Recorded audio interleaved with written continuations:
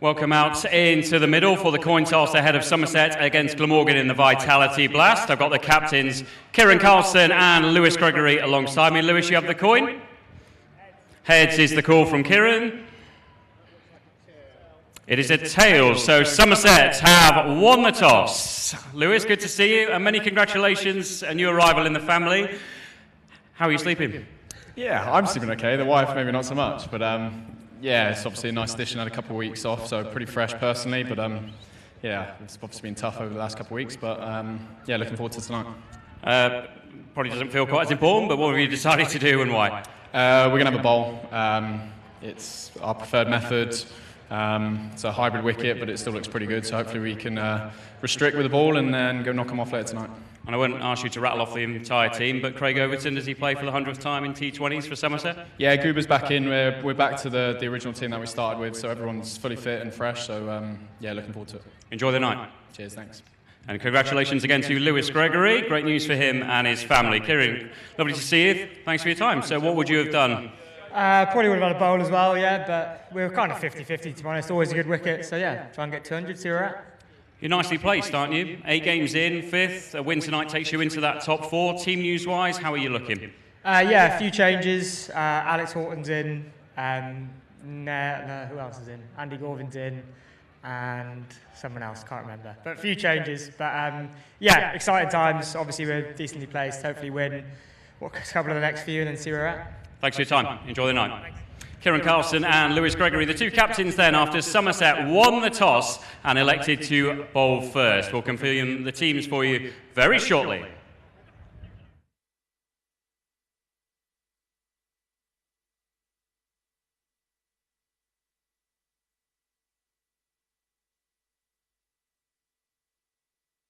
The change was at Newport, funnily enough, as this is crashed through the covers. That'll be 4.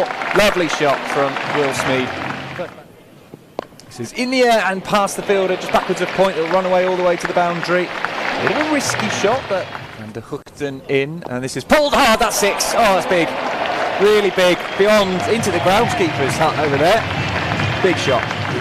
Banton waits for it. This is played through mid-wicket, and it has got past the inner fielder. Could go all the way here. It wasn't really any power on it, but there's no fielder out there, and it does. Big shot over the fielder. There's 6. Moisture around at the moment with a couple of days rain. That's a hack through mid-wicket. I think that's going to run away for 4. Yes. By 1 run. And that is a wicket as Vander Hoogten does pick up finally the wicket of Tom Banton. Bowls him, and Tom Banton has to depart for 14. So I'm getting down on one knee and just helping it over the fielder to short fine leg. And that's and this one, oh, it's big, wow, huge what actually. A shot that is from Will Smead. Into the crowd and taken! And the bowlers to you, of course. That is going to be sufficient. Another catch possibility. Craning again. That is a smear, and it's a very effective smear. Still live and kicking in that competition, but only just. This is in the air over the fielder, that'll be 4. Smead picking out the inner fielder, thinking what a fun. Shorter, and that's dangerous. Nicely. It's Smead's 50. Very long. Oh, and there we go. What a shot that is. Is it? What was that? No, exactly whose car it was. As Douthwaite is in full. Oh, this is on in the air. That's going to be. Should be taken. I don't think so. I don't think so. Oh, it's safe. And how on earth has he found a gap that big? He's hit it so high, it's hung in the air for ages, and yet he's still managed to just find a gap. Poor old Glamorgan, they'll feel like they... Smead reaching for this one. Oh, he's helped it with an inside edge past the keeper. That'll be 4 more, and it's off the bat as well. So Gorvin in, and this is in the air and over the field. Oh, I think he might have got some fingertips to that as it runs away. Another 4, another boundary. Smead is not convincing, but 8 runs from 2 balls now. Born in 1985. Now that's going to be brilliantly caught. Well That's a caught. great modern catch there. Very, very good. Who is it in the deep? Smarnus Labuschagne. It's the best part of 3 overs. In the air, that's big. best part of 6. That is. Oh, it's huge. You know you're in good nick, and if I stay in, I'll start finding the boundary. Oh, bowled. Abel's gone. Yeah. What a ball that is, full, and Abel stepped away from it looked like to me, perhaps thinking of a ramp shot. He plays a lot of those. We'll have a look. Good Yorker still doing something. is a Yeah, good he's Yorker. beaten, isn't he? Yeah, it's right in the block roll. And I mean, if you can do that, I don't really understand why bowlers don't do it more often. Batsmen are better at playing those type of deliveries now, which is why people don't try and bowl Yorkers so much, because the margin of error has become slimmer and slimmer as time has gone by. Just look at the length, perfect. That is a perfect Yorker. Yes. It's a terrific start. He was aiming for that Yorker. That's sort of a... Mark. Shorter this time, in the air, could be out. Oh, a grab! One-handed, over his shoulder. What a great catch that is. And Dixon. And that's out too. Oh, what a catch. Another great one. Labuschagne, I think. And he's out. Oh, my goodness. First ball. That's fretting too much about what happens down the line. That's all. Speed edge 4. He moves to 86. Bowled him. Big moment in the game, that one, you feel. Smeed has to go. Much in the old locker from a batting So perspective. Somerset win the It's a toss good shot. and That's field good first shot here there at from the People's Overton. Good placement. It was a poor ball, but It's a poor delivery down the leg side, clipped away smartly by Overton. the second highest scorer in this innings. It's going to be Overton, because he's just become the second highest scorer in this innings. Where's that going? That's going to be out. Unless he's... I think it was that same sort of thing. He came in, I think he lost his compass. Ball's been bowled really well for those first 4 balls and ends up going for 14. Van der Merwe clips it over. Especially if you're a that's a beautifully placed. ticker out as well. I get that, because the one thing that you got to That is remember, gone over the Botham stand. Full value. You're right. And he's bloody missed it. And now look at this. This is... But... Oh, what a great shot. Over extra cover. He's given him length, and Rolf's not missed out on that. I can't believe it. Go. He's hit it for 6. What's he doing down at number 10? What's going on here, Vic? Riley Meredith, one of the best batters you will ever see. Somerset all-rounder Meredith heads for the crease. Glamorgan squad. Trying the ramp shot, and it's going to work. All the way, this one goes for 4. Just getting underneath it. Start with. Yeah. And woof. And that's not a red ball shot though. He's clunked it over mid-wicket. One of the reasons they've been successful. And that's gone very high. Wow. There's a third man there who's bracing himself and takes it. Will Smeed. And that's one of the biggest cheers of the day. And there were 1 or 2 others when Somerset were batting at the start. That went up an awful long way. Well, I don't catch this. It'll be here in a minute, I know. Am I in the right place? But the standard of catching nowadays is very high. Another early wicket doesn't half help. Could have gone anywhere, that. In fact, it went way up in the sky. And he had to wait, and he judged it extremely well. Quick, Meredith. Oh, it's up in the air, Should be and another there one. goes another one. He's late on it, and Meredith strikes again, and then it's not just the pace, as I keep saying, it's the direction. He's all tangled up, he's cramped up, he's late. And he follows his instincts as this is up in the air. Oh, that's big. That should go all the way, I think, into the top tier. 18 months. Meredith in, and this is That's a full. great shot. Making a bit of room for himself, firing it over the perfect bit of fielding. That's a perfect bit of batting too. What beautiful, beautiful placement there. Really did struggle against him. Gregory, big shout. Very straight, very straight. Labuschagne, he moves across the stumps a lot. He knew, you missed that, you're gone. Big moment in the game. Lewis Gregory. Snap length, which is there, which is very effective with the new ball when there's a little bit of movement and anywhere as well, because you can get under it. Shot and gone! He's put it straight to backwards point, and that's the end. Right, there's no doubt about that here at Taunton. They've got pace, they've got height. That's a classy shot back from Chris On before he came in saying, well, he hasn't been that good with the bat recently, as this is in the air. And it's going to go all the way for 4, actually, because there's no one out there. Yeah, it was a great knock. Northeast. The ramp, and it's going to Gone go for the ramp, down straight Jake down Ball's Jake Ball's throat. That's it. Comes over the wicket. This is straight down the ground, back over his head for 4 runs. Just bouncing inside the rope. That's one in there. In the air and gone. Oh, he's picked up another wicket. Inside edge, onto the pad, back to Gregory. Everything is going. Pretty dreadful from Glamorgan so far, pretty good from Somerset. And, well, in fact, Tim van der Hoogten here is going to be able to get off the mark with a 4. Coming up this evening, his ball is in. Shorter in the air and gone. What a catch! Oh, brilliant. Ingram. Oh, that's a good. He's managed to get all of that. That's one of the best scoop shots we've seen, in fact, all day, really. Bowler's been able to do makes me think that par is perhaps a little bit lower. This is in the air. Fielder coming round. Takes a brilliant catch. Oh. What another man coming in now to commentate. Swat away to the leg side. That's 6. all the way for 6. All sorts of ways to get out. It's a brilliant piece of fielding. And then you see, well, that was only pitched anyway, but King's School, you were having a party, but I don't think it was very he's out. funky soul, but there was some funky footwork there. Somehow he played a reverse sweep and he's dragged himself out of his crease. And Mason Crane has gone. A very smart piece of work there from Tom Banton. It's not often we don't know. I don't want to disagree with you, Vic, but he was definitely not wrong. No, he's not wrong. He's brilliantly stumped. What's he done with his feet there? I don't know. I think he's been QR coding Craig Charles, and he's like, I'm going to check out my moonwalk, and I'm going to. I'll tell you what, that is good. That's a very good piece of umpiring. There's a lot going on there. Jack Shantry's got that absolutely spot on.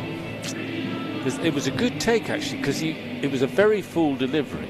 He wasn't quite taking it on the half, but it was at Yorker length. Oh, gets a wicket first ball. I thought he was on the wrong end, but I'm not so sure now. Oh, that one's bold, Vic. Yeah, that is bold. He's not stumped. Right, the stump's that one. That's the game over. They're all shaking Oh, hands. my Lord. 85 all out on this belting pitch. I can't understand it. Well, there we go. That was what happened in the last season when Somerset played Glamorgan. These two do meet each other quite a lot. They're fairly close by, really, aren't they, neighbours-wise? And they're obviously in the same group every year in the T20 Blast. So we do see a lot of Glamorgan. Pete Trigo alongside me, Charlie Taylor. Harry Everett's also here. Pete, we'll have a quick look at the Somerset team to start. And they are unchanged from the last T20, which is going back a few weeks now because of the championship games that we've had in between. Any surprises? Anything that you want to pick out there? Or is this just the Somerset's strongest side? Yeah, afternoon, Harry. Yeah, no major surprises. Matt Henry back in from the previous home game. We got Banton, Smead, Kohler, Cadmore. 2 centuries in the last couple of championship games. And we were discussing, he could be quite a dangerous man. He's had an awful lot of time at the crease. He's got into great rhythm. And I think in the T20 season, he's had some really bright starts, but hasn't really kicked on. Maybe those Champo hundreds could give him a bit of impetus into tonight. Number 4, Tom Abel, followed by Sean Dixon. Captain Lewis Gregory. Ben Green back from his loan duties. Craig Overton, Lewis Goldsworthy retains his position. Henry and Meredith, the 2 rocket men.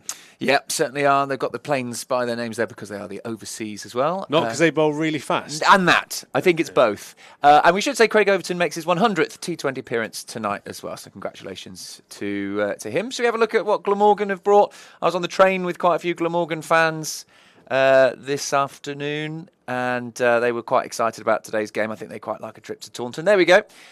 Some names in there which we are very used to seeing with Glamorgan. Kieran Carlson, Colin Ingram, Dan Douthwaite's played quite a bit for them now. Anyone in there that we should be looking out for? I mean, Imad Wasim stands out. Welsh-born Imad Wasim. Yeah, I think one of the fan favourites down here when he played for us, Colin Ingram. I think he's a key player. He sort of, he knits the middle order together and can be very explosive at the end. The South African there. Ben Kellaway's been in great form. Asa Tribe has scored a number of runs. Keep seeing him pop up on the scorecards. So yeah, lots of quality into the attack. And former Somerset player Ned Leonard as well is on the team sheet there at number 9. Will be bowling his fast mediums, and I'm sure he'll be looking to just remind everyone round here of what we could have had, or something like some sort of motivation. I'm sure, but on a good pitch here at Taunton, on paper, you think Somerset are the dominant team. Certainly, form would suggest that is the case, but Glamorgan are a very combative team. Have been for many years. That's kind of their sort of thing, really. That sort of underdog spirit, whether it be the Welsh effect, I'm not sure, but they always come here and with the never say die attitude. That's what you expect to see from a Glamorgan team. So on form, Somerset are very dominant and are certainly favourites tonight, but against a team like Glamorgan and the way the backroom structure, the way they play with a lot of energy and pride, you've got to be on it to turn them over. And Somerset have had a couple of tough weeks on away from home and here, using the Cookerable ball, lots of overs bowled with the bowlers. So we'll see how that pans out. But exciting times, and congratulations, Craig Overton, on your 100th T20 appearance. Yeah, and Lewis Gregory has become a father. Well, he was already a father. He's become a father for the second time. So congratulations to the skipper as well. Now, Glamorgan have played Somerset already this season in the T20 Blast, obviously in Cardiff, and Somerset won by 6 wickets very comfortably, restricted Glamorgan to 130 for 9. Their top order really failed. Top score was 38, and that was Asa Tribe in the middle order. So they'll be hoping for something a bit stronger than that today. Somerset didn't really get going, but they didn't have to. They chased it down with still 3 and a bit overs to spare.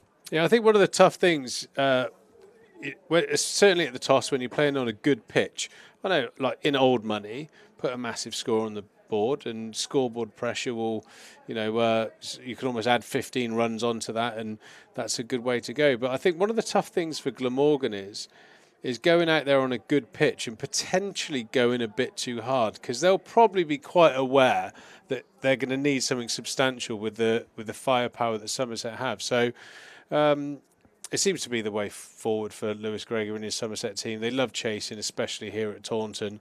But I think Glamorgan have got their work out for them. I think they'll probably be having the conversations now, or certainly early on in the game, what's par.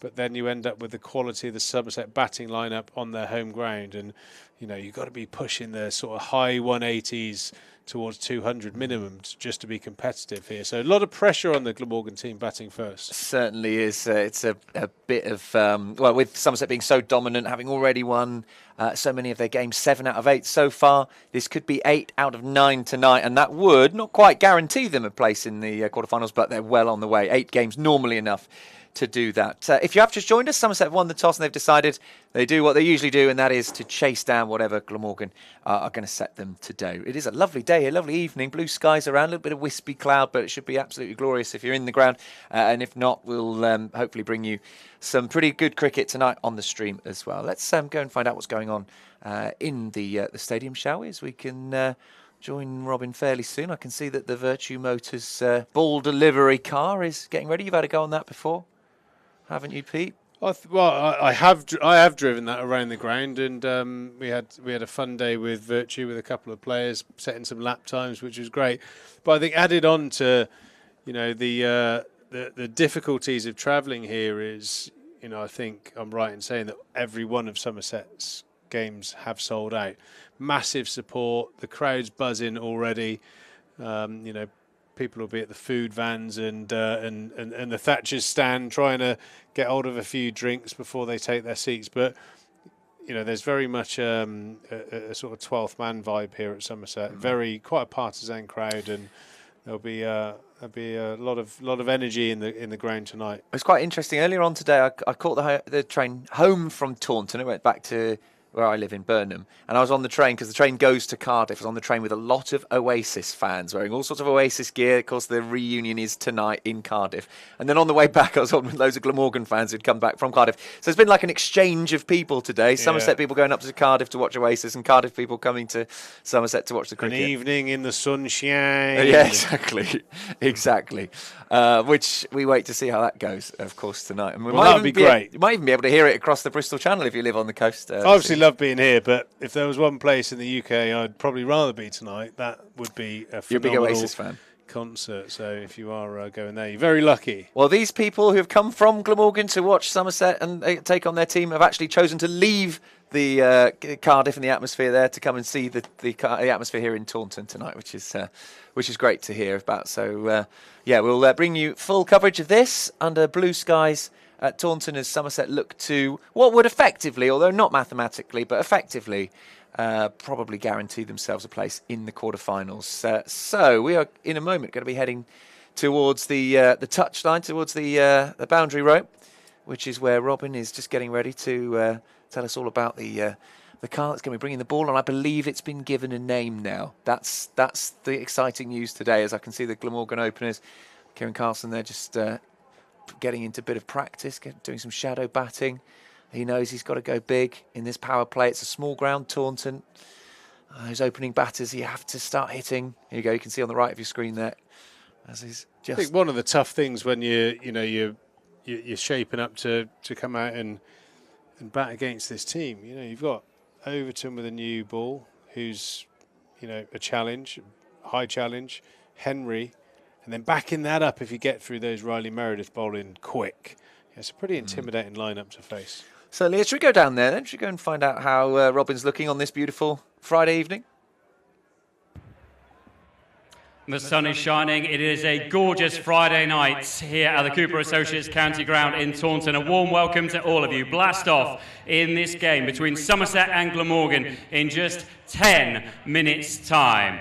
Now, if you've been here before, you'll notice that the match ball is always brought out in a very, very impressive fashion with a remote-controlled car, courtesy of our friends at VERTU Motors. But we told you at the start of the season we didn't have a name for the car, so we ran a competition to find a new name for the car. It's on the floor, it's ready. I'm not going to reveal it, but I am going to tell you who won the competition. Many congratulations to Somerset supporter Ian. Ian, great to see you, mate.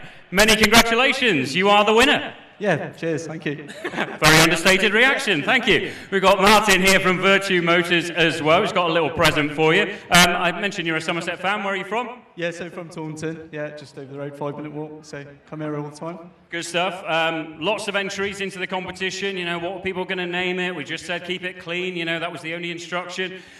What was your thought process? Take us in the mind of Ian. I'm not going to lie, my first guess was Leachy McWillspin, but then that's watching cars, and then I saw it's Range Rover. It was obvious to me what it should be. So, grand reveal then.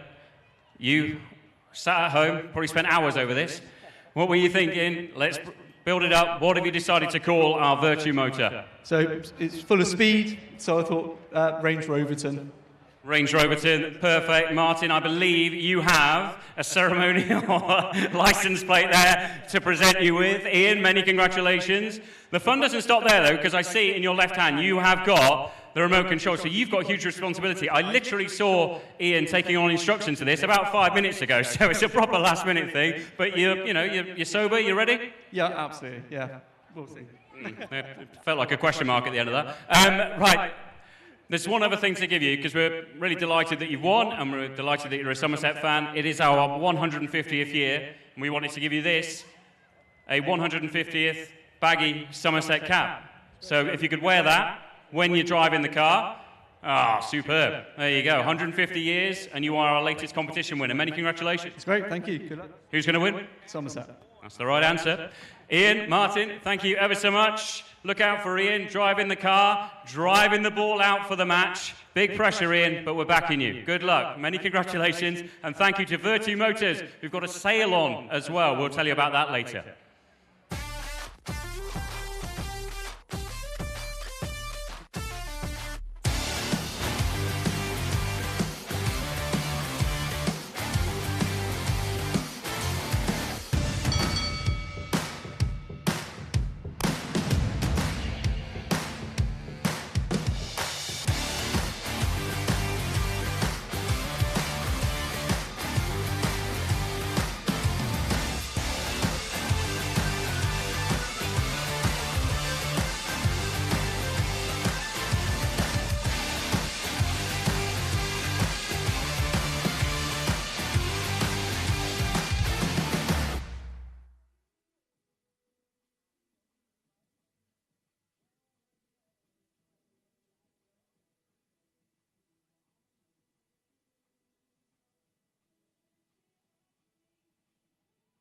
Welcome to the Cooper Associates.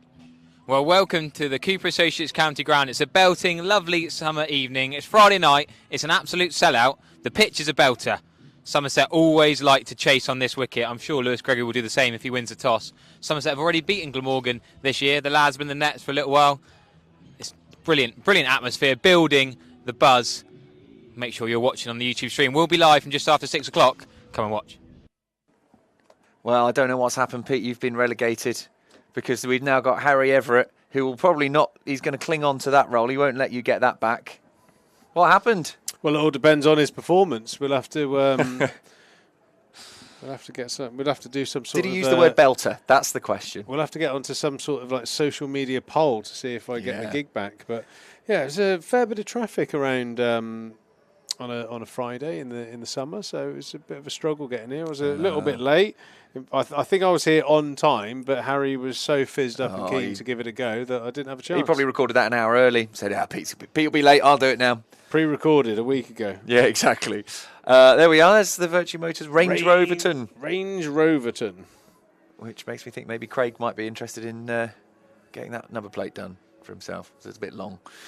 So we're not far away from the start here. Just to run you through the teams, in case you are just joining us now. Somerset unchanged from the last T20, but you'd be forgiven for forgetting that lineup because it was a little while ago now because of the championship block.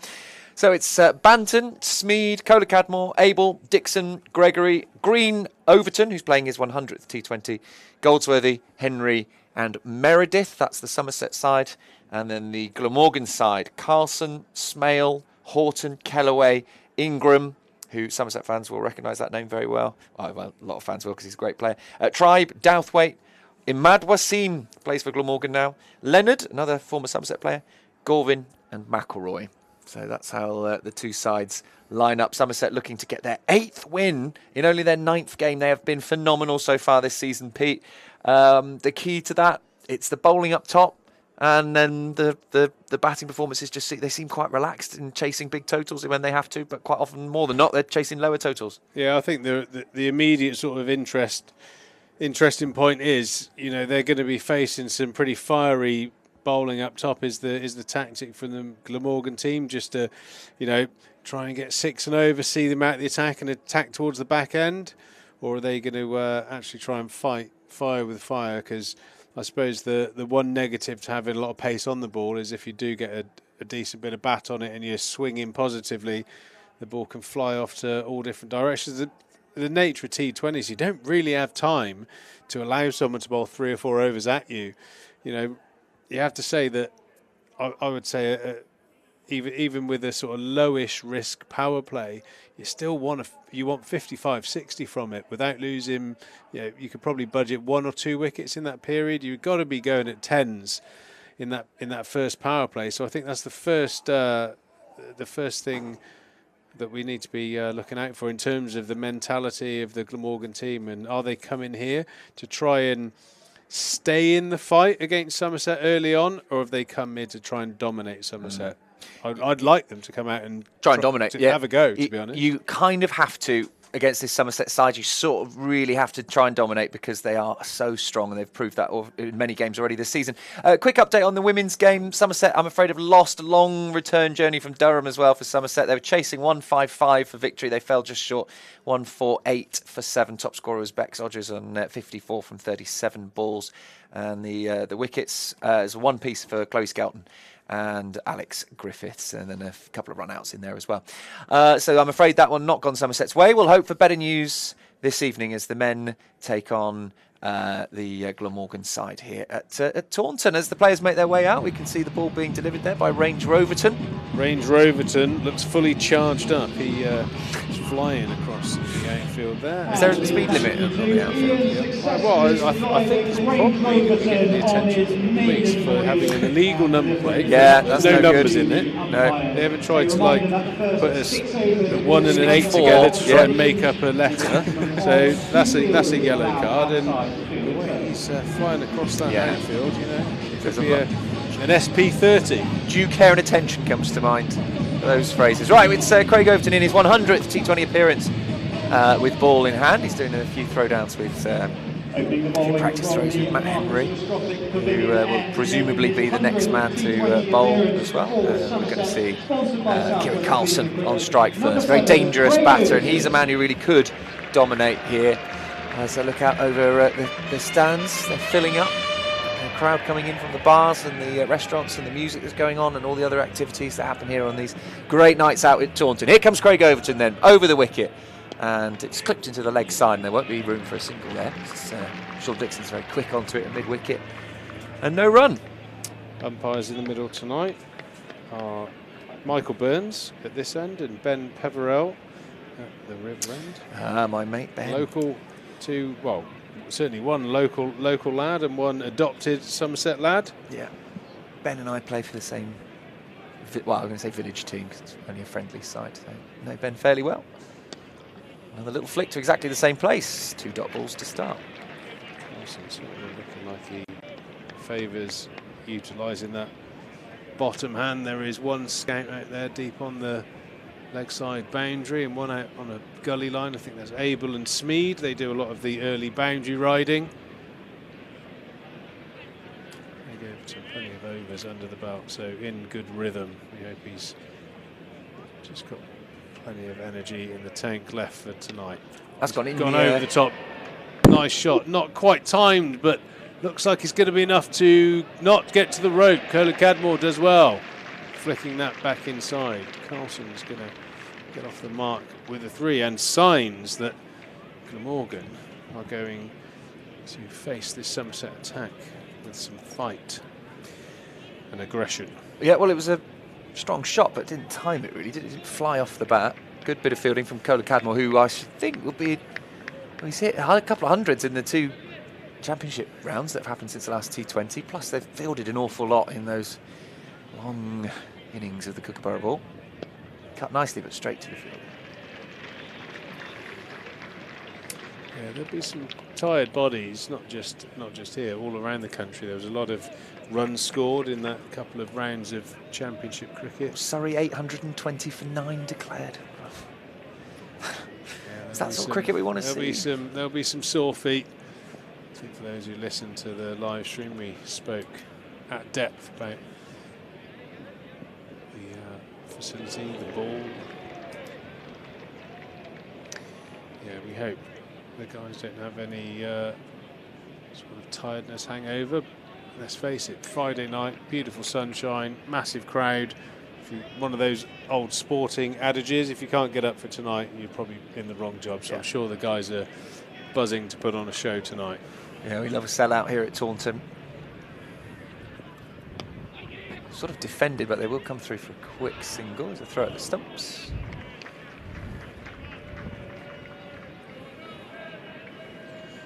Will Smale, brother of Sophia, who played for Western Storm, for those who follow the women's cricket down here. She defected, I think, to Essex. Defected, well, yeah.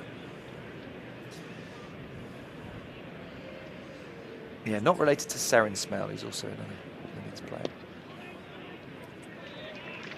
Good first over there. Brilliant. From Craig Overton on the money. And only going for 4 runs. Stats coming out from Luke Morgan have only won 4 times in 19 attempts at Taunton. So certainly having a lion's share. 17. So it looks like from the river end, sponsored by Longlegs, 21, Matt Henry. Well, yeah, but that's come to an end now, isn't it? So is that you saying that Glamorgan's could come to an end tonight? Could be a sign, Charlie. We've got Matt Henry revving up at the river end. Kiwi bowled a fair few overs. Was it? Looked a little bit off colour. He wasn't quite at his best, was he? He bowled upon a few sort of stray, looser deliveries, which we're not accustomed to seeing, but. Again, this is his scene. This is his auditorium. A full Cooper Associates county ground with a new white ball in his hand. Good news today. I saw that Thomas Rue, James's younger brother, has signed a rookie contract through till 2027. So someone that we'll see. Of course, he's still so young. He's still studying, so sort of in line with his schoolwork and what he's doing at his college. But lots of talent. Been hitting runs for the England Lions recently. Pick up a single here. There was a throw at the stumps. That's out if it hits. Very, very tight single there. Well, that's what we've already seen a couple of quick I'm singles. giving that, Charlie. I'm giving that out from up here. it's tight.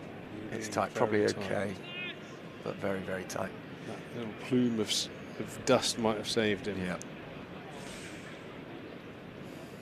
Good to see Banton in the side. He did go off the field a few times in that Nottinghamshire Championship match, which ended a couple of days ago. Now that's in the air, but should be safe. Will it go all the way? Oh no, it's going to be taken, I think. Craig Overton got underneath it. And that's the first wicket. Henry has his hand in the air, and Somerset make an early breakthrough, and Smale has to go with just one against his name. And it looked to me like that was going quite far, but it held up. It is quite breezy today. I wonder if that affected it, and Overton got underneath it. Yeah, the two aggressive shots we have seen so far haven't really been timed, and that was cloth there by Smale, but Craig Overton had still quite a lot of work to do. I think if I'm looking at the flags, that was hit directly into the wind, so it stalled a little bit, but it's always difficult when you take a catch from inside the ring. You have to turn running and taking a catch over your shoulder. Probably the hardest catches to take, so Craig Overton's done well with those great big Devonian shovel hands he's got. Yeah, you're right, looking at the flag, Somerset flag is flapping quite hard, and it's in the direction that would have held that ball up a bit, so maybe Overton was assisted slightly, but even then you've still got to judge it with the wind, haven't you? So it doesn't get any easier, so good catch from Overton. Somerset have that early breakthrough, 7 for 1 after 9 deliveries. Normal service resuming from Matt Henry. He's struck in his first over. Horton to the crease. Alex Horton, the wicket-keeper. One wicket-keeper do very well in England colours today. Jamie Smith making 184 unbeaten runs in the Test match. Highest ever score by an England Test wicket-keeper. Driven straight down the ground, but no run. It's the mullet of Colin Cadmore. Comes in and throws it back. It's quite a change. He keeps us guessing, doesn't he, with his hairstyles every season? A bit like you, I guess, Triggs. Well, we did talk about that. He had the golf divot last year, yeah. And we actually did a little bit of research. He's actually had a perm. He had, I heard didn't you even say think that. existed. He had a real, actual perm. Yeah, he's gone full Kevin Keegan and looks tidy. As it's scooped out towards Tom Abel. Somerset bowlers. I think the biggest challenge they give to the opposition, these two in particular, is they make you play great shots. They don't give you anything. They just hit back of a length, and they just get over to you, do something special. And there's a lot of batters that just come a bit unstuck against these two. Immaculate length, heavy ball, good pace. And there's another one there, clattered into the hands of Carlson, who looks like that is his way. A little bit of a sort of the Will Smith game plan of old, where he's looking to get over to off stump and hoik the ball over to the leg side. Another good over there from Somerset, 8 for 1. Yeah, terrific. Couple of overs already from these two openers. Will the Overton continue, which is what Somerset do. They tend to stick with one. Don't forget Beer and Cider Festival. I'm going to be here for that. I'm on commentary for that one, so looking forward to it. How much beer and cider is allowed in the commentary box? This is the week where you don't have to stick to one, because there's about 150 different ciders to try, and perfect. You'll have a great time. I'm not sure you'll have a great morning. Line them up on the commentary desk here. Double part, triple part. Pulled hard, and there's a gap there. That'll be 4. Bit short from Overton, giving that width. Yeah, loose delivery there from Overton. The first freebie there from Craigo, just short and into the thigh pad and help around the corner. Horton for 4. Yeah, he's sort of given himself room, and Craigo's followed him, and nicely played, nicely put away. Yep. Horton moves to 5. In comes Overton over the wicket, and that one, it's a good ball, really good ball. Horton made a couple of steps forwards.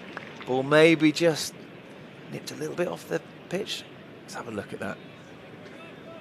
Oh yeah, maybe it straightened a bit. It's a good, very good delivery. Maybe not. We just missed a straight one. But Horton under pressure, coming in early in the power play. Already hit that 4. In comes Overton again. He's not going to do anything this time with it. In fact, that's a wide. Yeah, it looked close, but wonder whether it might just flick his leg on the way through. But umpire Mike Burns says it did not. Just a little bit greedy. Craig Overton with his line. Both of these batters look like they're trying to clear room to hit over the leg side. I'd like to see him just a little bit closer to off stump. Nice ring field there to stop playing the balls, and he has a massive hack nick, but one of those nicks you enjoy. He's gone through second slip all the way for 4. First boundary there for Horton. Yeah, championship match that's getting caught. T20. Okay, well, maybe he drove so hard at that one, perhaps it might even have gone over the head of slips. Look at it. Flew to the boundary, all that pace that Craig Overton offers you. 17 for 1. He won't like it, Craig Overton, seeing that. He'll be happier with that response.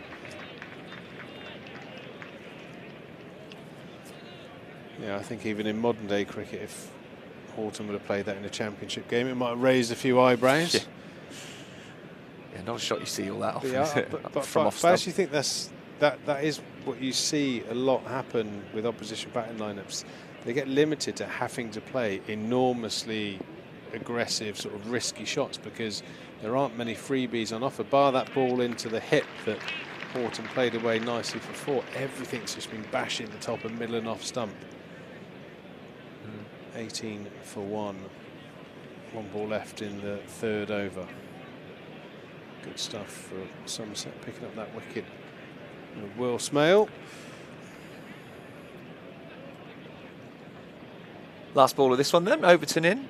And he's getting onto one leg, nearly putting it into the hands of the short fine leg fielder, but Riley Meredith can't get it. It's too high and it runs away for 4. It's a good shot actually in the end, but for a moment there was interest there for Meredith. Let's head to Rob in the James Hildreth stand. I tell you, we've got a great view of that magnificent Craig Overton catch. Stuart from Stoke on a cycling holiday with his friends in the Hildreth stand. How are you enjoying being back in Taunton? Fantastic, yeah. We came 2021, had a great time, so back again. Doesn't sound like you're doing too much cycling on this trip. There's a lot of pub visits, but in a few weeks you're off to Paris. Can you tell us about that? I'm cycling London to Paris, 249 miles on behalf of Samaritans. Give him a round of applause. Stuart from Stoke. Cheers, Stuart. One of the fans enjoying the scenes today. He's in the shade there a bit in the James Hildreth stand, which might not be a bad thing, actually. Still quite warm, that sunshine, although it was breezy. Another dot ball from Matt Henry. Would you be in the shade or would you be in the sun, Pete? Where would you be sitting? Definitely in the shade. Yeah. I'd try and avoid the sun if I can help it. Play a fair bit of golf, as you know, Charlie, so you kind of like, you're out there, aren't you? So yeah, if I have the choice, I like to Homer Simpson back into the bush and hide in the shade. We were comparing tan lines a bit earlier. We're both a bit guilty of looking like Cola Squishums, the two of us, aren't we? Yeah. This is in the air. There's a fielder on the boundary. It will be taken. It's Meredith. Got to be careful how he gets up. Yeah, he's done it. Just on the boundary. Yeah. Great catch down there and good planning. Quite unusual in modern T20 cricket to have a fine leg and a deep square, but I think Matt Henry's used his experience there. He's had a look at the two Glammy players. They look like they want to play over the leg side. He set that man back, set the trap, and beautifully executed. Too high, too quick, and Meredith does the rest. Yeah, it's a flat batted shot. He's top edged it. Meredith, he was sort of forwards and backwards. He was judging it hard. It is quite windy. In the end, no mistake. It was quite close to the boundary rope, far off being 6, but Meredith doing the business there. So it's Ben Kellaway we'll see now, coming up for Glamorgan, who are making a bit of a shaky start here at Taunton. 22 for 2 in the 4th over. Really, you need in power play at Taunton. You need to be looking at 60s, really 50s, 60s, don't you, to be competitive. Down by the end of it. But having said that, Somerset were 3 down in one of their chases, managed to, who was that? I'm trying to think, was that Sussex? Managed to chase down 230 odd. They were 3 down in the power play. Middlesex that was, thank you Harry, I knew you'd remember. Yes, that's right, Middlesex. Incredible game, that one. Kellaway on strike and defence. I've seen Ben Kellaway play a couple of times actually. Looks a little bit more orthodox. He's got a bit more of a range of shots, scores through the off and leg side. Just a good player. Just a very nice player. Key wickets from Henry, and looks like Ingram on the scorecard is just being held back is a real key linchpin in England in that middle order. It's the top order at the moment. Hasn't quite fired for Glamorgan. Quality bowl, Henry. 2 for just 3 runs off 1.4 overs. That's brilliant, isn't it? 2 for 3. Don't mind those figures. We just get a sense here when you see Somerset play a lot that one of the big three is going to kind of do a bit of damage early on, and very rarely do the 3 of them get taken for too many runs in a power play. And it's a key time in T20 cricket, these first 6 overs. Great stop that from Ben Green on the bounce. It's a real big boost for the team as well. Players diving, saving 3-4 runs there, Ben Green. Beautiful work. Bowler loves it as well, seeing that happen. And his figures are 2 for 3. Keep him tight. 2 for 2 at one point. Henry in again. Flicks into the air on the leg side, then come through just for a single. Good over. Great over from Matt Henry. So after 2 overs, he's 2 for 4. That you would take in a power play from your overseas. That's what they're there for, isn't it? Figures like that. Very good stuff. We've got the VERTU summer sale on. Plenty of cash to be saved. Go on to the VERTU website. Thank them for their continued support. And of course, they're supplying of Range Roverton, which I know the crowd and the youngsters. Roverton's going to continue bowling often bowls. Yeah. At least 3 or 4, sometimes even more. Actually, a lot of the time. It's 4 overs straight through. Well, there was a while, wasn't there, with Overton, that was just going to be a single, where they held him back for the death bowling, and then they suddenly changed it. It just seemed to work so much better. At the death, he could be expensive sometimes. Yeah, I think that was the consistent. I think when he did bowl sort of the classic 2 at the top, 2 at the death, just I think such a specific skill, and I think because he's so tall, he bowled a length that batters could get under, and used to take a bit of damage towards the back end. But that successful season when Somerset won the T20, him and Henry opened the bowling, and Craig, I think every game bowled all the way through, and average piece of fielding there from Kola Cadball. Yeah, got some of that perm lotion on his hands, and the ball slid through for 4. Is that how it works? Is it a lotion? I have no idea. I'm never going to need a perm. I just made that up, Charlie, to be honest. I don't know what they do in a perm. I think there is some lotion. You put the curlers in with some sort of product. Yeah, and you leave it there for a... Yeah, well, there we go. I was always told by Nan that you just eat your crusts. That's it, exactly. I must have done quite a lot of crust eating in my time, I think. Overton in. He won't have enjoyed watching that, as that one is going to be just about slowed up, but I think it will still reach the rope. Back-to-back boundaries here for Ben Kellaway. Yeah, the first Glamorgan batter that's really looked to hit shots through the offside, giving himself a bit of room there to open up the offside. The other batters have opened up to then hike it to the leg side, so it certainly looks like he favours the offside for his aggressive shots. And much needed runs here for Glamorgan. Overton, what can he do in response? A shorter ball, which is it no, Overton half appealing. Thought maybe tickled through to Tom Banton, but it's a good response, banging it in shorter.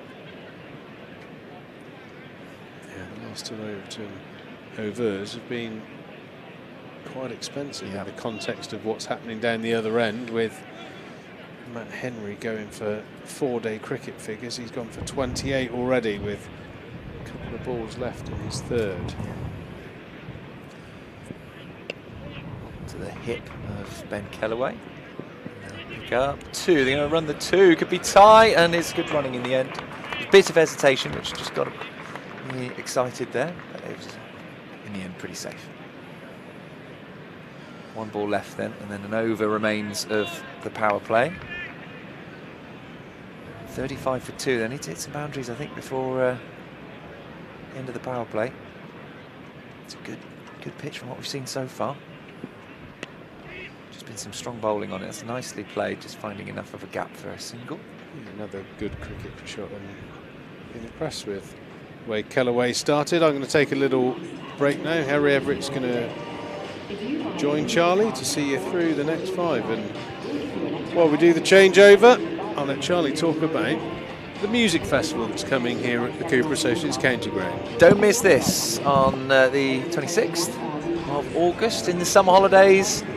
Should be a really good event. The China Bears headlining, some more local bands as well coming in. So that's the game against Northamptonshire. So if you're going along to that one, or even if you're not, you can get your tickets now.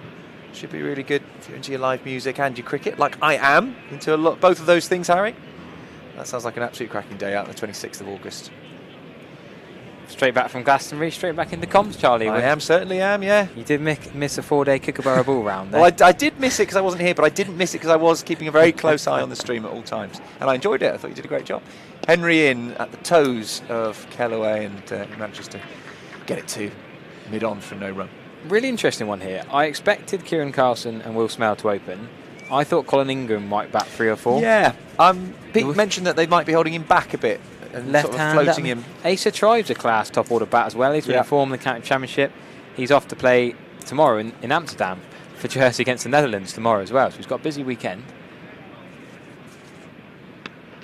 Good shot. Yeah, it's banged in short, and that's a loose one from Matt Henry. Didn't look particularly venomous, and Kellaway got on top of it and pulled it forwards of square for a really nice looking 4 runs. Now Ben Kellaway's a quality player, an exciting all-rounder. This might be a nod to the future that he's such a good player, they're just going to give him more balls to face. Got more runs and more wickets than the last Kookaburra round. He's had a great season so far. Yeah, I thought he and Dan Dalfoy would be the sort of middle order hitters. Alex Horton, the wicketkeepers, come in for this game. No Chris Cook in the squad, remember? First time since 2011 he's not been in the squad when he made his debut in T20 cricket. Speaking of age, it's Colin Ingram's 39th birthday yesterday, so he is towards the end of his career now, obviously, as a pro cricketer. Yeah, 39. He's currently on an ancestry visa. He was a Kolpak. Then back in 2019, he tried to play international again, played a couple of white ball games. Never played a test match, but end of next season, he will then qualify as a local player, but might be a little bit late by then. He'll be 40 by the end of the season next year, but James Anderson's still going in Division 2, isn't he? Here comes Henry. That felt like a bit of an effort ball. Banged into the pitch. Just the single there. 41 for 2 is the score towards the end of the power play. Couple of balls left. Only seen the 2 bowlers, which is what Somerset do these days. Matt Henry, Craig Overton. Just the question is whether Overton does all 4. He's been a little bit expensive so far compared to what's going on in the other end. So he's too fair, and it'll be expensive compared to how Matt Henry's bowling. That's true. That's true. Although Overton is expensive for his own standards. He's at 10 1/3 economy. So this is hoiked, but not really got underneath. I think that was the attempt there, but it's well stopped on the boundary. And the throw comes in. He's out there. Lewis Goldsworthy, the long sleeves on, even in the summer sunshine, although the sun has just briefly popped behind a bit of cloud. Nice bit of relief between a very hot week this week and a very hot next week. Just sod's law at the weekend. It's a shame. It's a real shame that, especially for all the cricket planned tomorrow, but fingers crossed the rain stays away as much as possible. Although I know there'll be farmers and gardeners who will be saying, please, can we have some rain? Can we have it overnight? Maybe that works well. As this is I agree. Set. Yeah, rain overnight would be the best solution. Well, that's it, isn't it, then? Because you get the best of both worlds. You get cricket on in the day and you get your rain overnight. Right, let's go to Rob, who's talking Pims. Thanks, Alex. Yes, I think it's going to be quite raucous in here later, but look at this classy group we've got here, sipping Pims, eating pizza, and I'm delighted to say we've got a birthday girl in, Caroline. Happy birthday to you. Many happy returns, completely stitched up. There you go. Have a lovely evening. Many happy returns. What's Caroline like? She's a great friend and a really good person. How political. Well done. Well, she's getting a Pims bought for her after saying that about her friend, isn't she? Very nice. Well, happy birthday. Everyone around you now knows it. We're going to see a bit of the skipper now, so Overton won't bowl out all his 4 overs at the stop. I did wonder whether they might do this, given that Overton was going for a few runs. In comes Lewis Gregory then. Recently become a dad for the second time. Or I don't like that. He has not become a dad. He was become a second dad, which doesn't make sense either. He's now become the dad of 2 children. So, yeah, congratulations, Lewis Gregory. Yeah, I was after the pitch report, I was chatting away to Ben Pepperell by the wicket, and Lewis Gregory came over and had a chat with Polly, and they were, talking through the sleepless nights, and he missed the 4-day Kookaburra round, and then well timed, I would say, Lewis for a bowler, well timed. Right. Ben Kellaway's on strike. In comes Gregory. Oh, he's nearly played that into his own stumps, and as it is, it's into his leg and it rolls away harmlessly, and they'll scamper through for a single. Really good squeezes from Somerset so far. I think this is a great start from the fielding side. You think of Taunton, the belting wicket here. It's the same hybrid wicket they used in that Surrey game, the T20 a few weeks back. And Nick Pepper was telling me the way they measure the hardness of a surface, they call it the clegg. And this is a particularly high clegg. Here we go, to learn something for you ground staff. Like Nick Clegg, is it named? Well, yeah. 340.5, you said it was? Oh, right. Which is pretty good. 340.5 what? Well, yeah, clegg is the unit of measurement. That's the unit, is it? Okay. Yeah. It's 340.5 So that basically means how hard and flat the wicket is, basically. Oh, right. And so is a bigger number harder and flatter, or yes. soft? Right. So the bigger the number, the harder and flatter it is. But, yeah, I didn't get the full clegg. How they... Yeah, I never heard that before. There you go, something to learn about. Well, sure, one of the ground staff of a club somewhere will be listening on the YouTube stream and give us more information. They'll be saying all about cleggs. In fact, they'll say now is probably peak clegg season, isn't it? Midsummer. Well, T20 definitely. Yeah. But I think so. This is the hybrid. Did you say this one? Yes, yeah. hybrid wicket. Yeah, it looks like the one. You see the surface. Yeah, so that usually means it's pretty good for batting. Yeah, and doesn't break down as much. Sort of holds together longer. But the way Glamorgan have been going so far is they're not going to.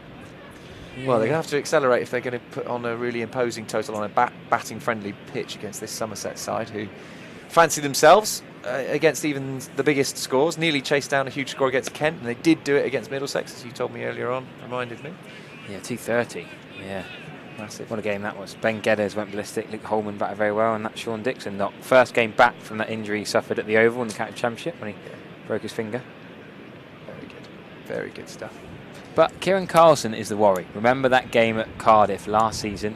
Marnus Labuschagne and Kieran Carlson in the same game had the best ever figures with bat and then with ball for Glamorgan T20 cricket. That was a demolishing. That was a really big win. Oh dear, yes it was, wasn't it? Big 100 from Carlson, and then all those wickets from Marnus Labuschagne, who's meant to be signed as a batter. Tom Banton just rolling the pitch there a little bit more. He wants a bit more clegg in the surface. He's probably all over his clegs. Tom Banton. He's got his orange clogs on. That Dutch Look a bit clog-like. Clogs and clegs today. Yeah, you were already talking about Amsterdam earlier on, weren't you? Yeah, so amazing. Acer Tribe, Jersey International. Yep. He's going to Bristol Airport tonight, to then fly at 6 o'clock tomorrow morning, straight to Amsterdam, arrives at 10 o'clock Dutch time, straight to the pitch for the toss. He might miss the toss, but he'll be there for 11 o'clock start, World Cup qualifier, then straight back Saturday night to Bristol, because they're then how have you got his whole itinerary? What have you been tapping him up, have you? Yeah, well, we've got the Glamorgan media man, used to work here, didn't he? That helps. Here's Lewis Goldsworthy then. You always like doing spin, don't you, Harry? I'll let you do Lewis's over. Lewis Goldsworthy from the River End. Jack Leach's preferred end in county championship cricket. Bowled well, didn't he, Jack Leach? I thought. Yep. Over after over, as usual. Real workhorse. Does a great job for Somerset. Did very well in that Nottinghamshire game that's just finished. So Carlson's first ball facing Lewis Goldsworthy. He does what Jason Roy did, or does he not get hold of it? No, he doesn't. Tom Abel gets there. Great catch from Tom Abel. I didn't think he was going to get there, you know. What a catch. Pick it up. I think there's a bit of wind out there. Really well to dive forward and take that catch. I just thought it was Jason Roy took him into the Somerset stand a couple of times from this same wicket. Well, that's a huge, huge wicket for Somerset. Getting Carlson, you were just talking about how dangerous he can be. And that is a quality catch from Tom Abel. As you say, into the wind, so the ball's whirling around. When it left the bat, I agree, it looked like it was going to be 6, but then it holds up. Somerset needs to take that into account as well. We need to learn from what they're seeing here is that the ball will hold up if they're heading it towards that Somerset stand. But Abel has managed to get down. Watch this. Get down, sprawled completely, 2 hands to the ball. I mean, he's pretty much the person you want taking that catch in this Somerset side. He's about as safe as it gets. Maybe Craig Overton as well, you'd say. Brilliant bit of fielding from Tom Abel. You know what? I think Carlson's hit that quite well. Yeah, I agree. That shows the wind. It was higher than he probably wanted it to be. But that same shot, it looked very similar to the Jason Roy slog sweep for 6 we saw a couple of times in his big score. Does it come off the bat?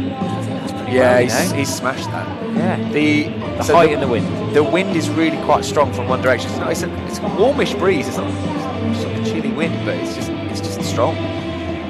So Somerset, I hope the batters are watching this, because what they don't want to do is get hit it the other way, chaps. You'll be helped out by the wind that way. Well, Colin Ingram, obviously left-handed, would target. If he was to play a slog sweep, it would go towards the Train Nation stand. Slightly longer, but with the wind. Yeah, with the wind, you should be. Worthy. But straight away, he goes for a paddle reverse. Going to be at least 2. Riley Meredith giving chase, and does keep it to 2. That's a little shot. I didn't expect that from Colin Ingram first ball, actually. I've had dinner with Colin Ingram. Lovely guy. Go on. Why? Well, because we were both working on the same broadcast once, and we were provided dinner, so we had a nice little sit-down dinner together. Nice. Good bloke. Lovely bloke. Absolutely lovely. Really enjoyed chatting to him and working with him on that day. That was in Cardiff. Down the wicket straight away. Could this be caught? Great effort. Matt Henry is a superb athlete. We mentioned on comms so many times during the championship game how good he is, charging in, charging around the field. He's taken some blinders for Kent, for Canterbury, for New Zealand and Somerset over the years. Colin Ingram has got for it, yeah. I think he's got a good old chunk of that, Henry. Let's have a look. Left-handed. Yeah, I think he's hit. I think he's Superman catch, that would have been. Yeah, he's put his, I'm glad he's put his left hand to it. Put it that way. I remember him taking a catch like that. Diving for Kent. Yeah. He saved 2 runs as well. That would have been 6, but the little fingertip. It is technically a drop, but ridiculously harsh to say so, because he saved 2 runs. I'm not writing it down in my drop list. Good. That way. I like that. I wonder if he gets fined for it post-match. Well, he's taken 2 wickets, so I think he's probably in credit. So Lewis Goldsworthy, first over of spin in the 8th over. Last ball now into Ben Kellaway, the all-rounder, who'll be looking at how much spin there is. That's a thumping cover drive. It's going to be 4. Lovely shot. That's the shot of the day for me so far. Lovely shot. It's just an orthodox. That would have worked well against a Kookaburra ball in the championship early in the week. Just a thumping cover drive. He's a strong man. Yeah, he's just seen the angle, hasn't he? And he's placed it there. Yeah, lovely, lovely. Wristy shot. Yeah, very nice. Very, very nice. So Lewis Goldsworthy, I think that wasn't a bad over. Taking a wicket, you don't mind going for a few runs. You've got that key break from Kieran Carlson, the opening bat, the one who scored 100 in Cardiff last year, the captain. He'll take a couple of boundaries for that big wicket. And Ben Green is going to bowl. It's just got to put it in down below. So that says to me that they think there's breakthroughs here. They sniff a bit of blood, Somerset, which is interesting. Get Ingram early. I guess that's it. You don't want him settling. Yeah. He looked quite happy there in that over, doing paddle sweeps, etc. Or it was more of a paddle dab, wasn't it? So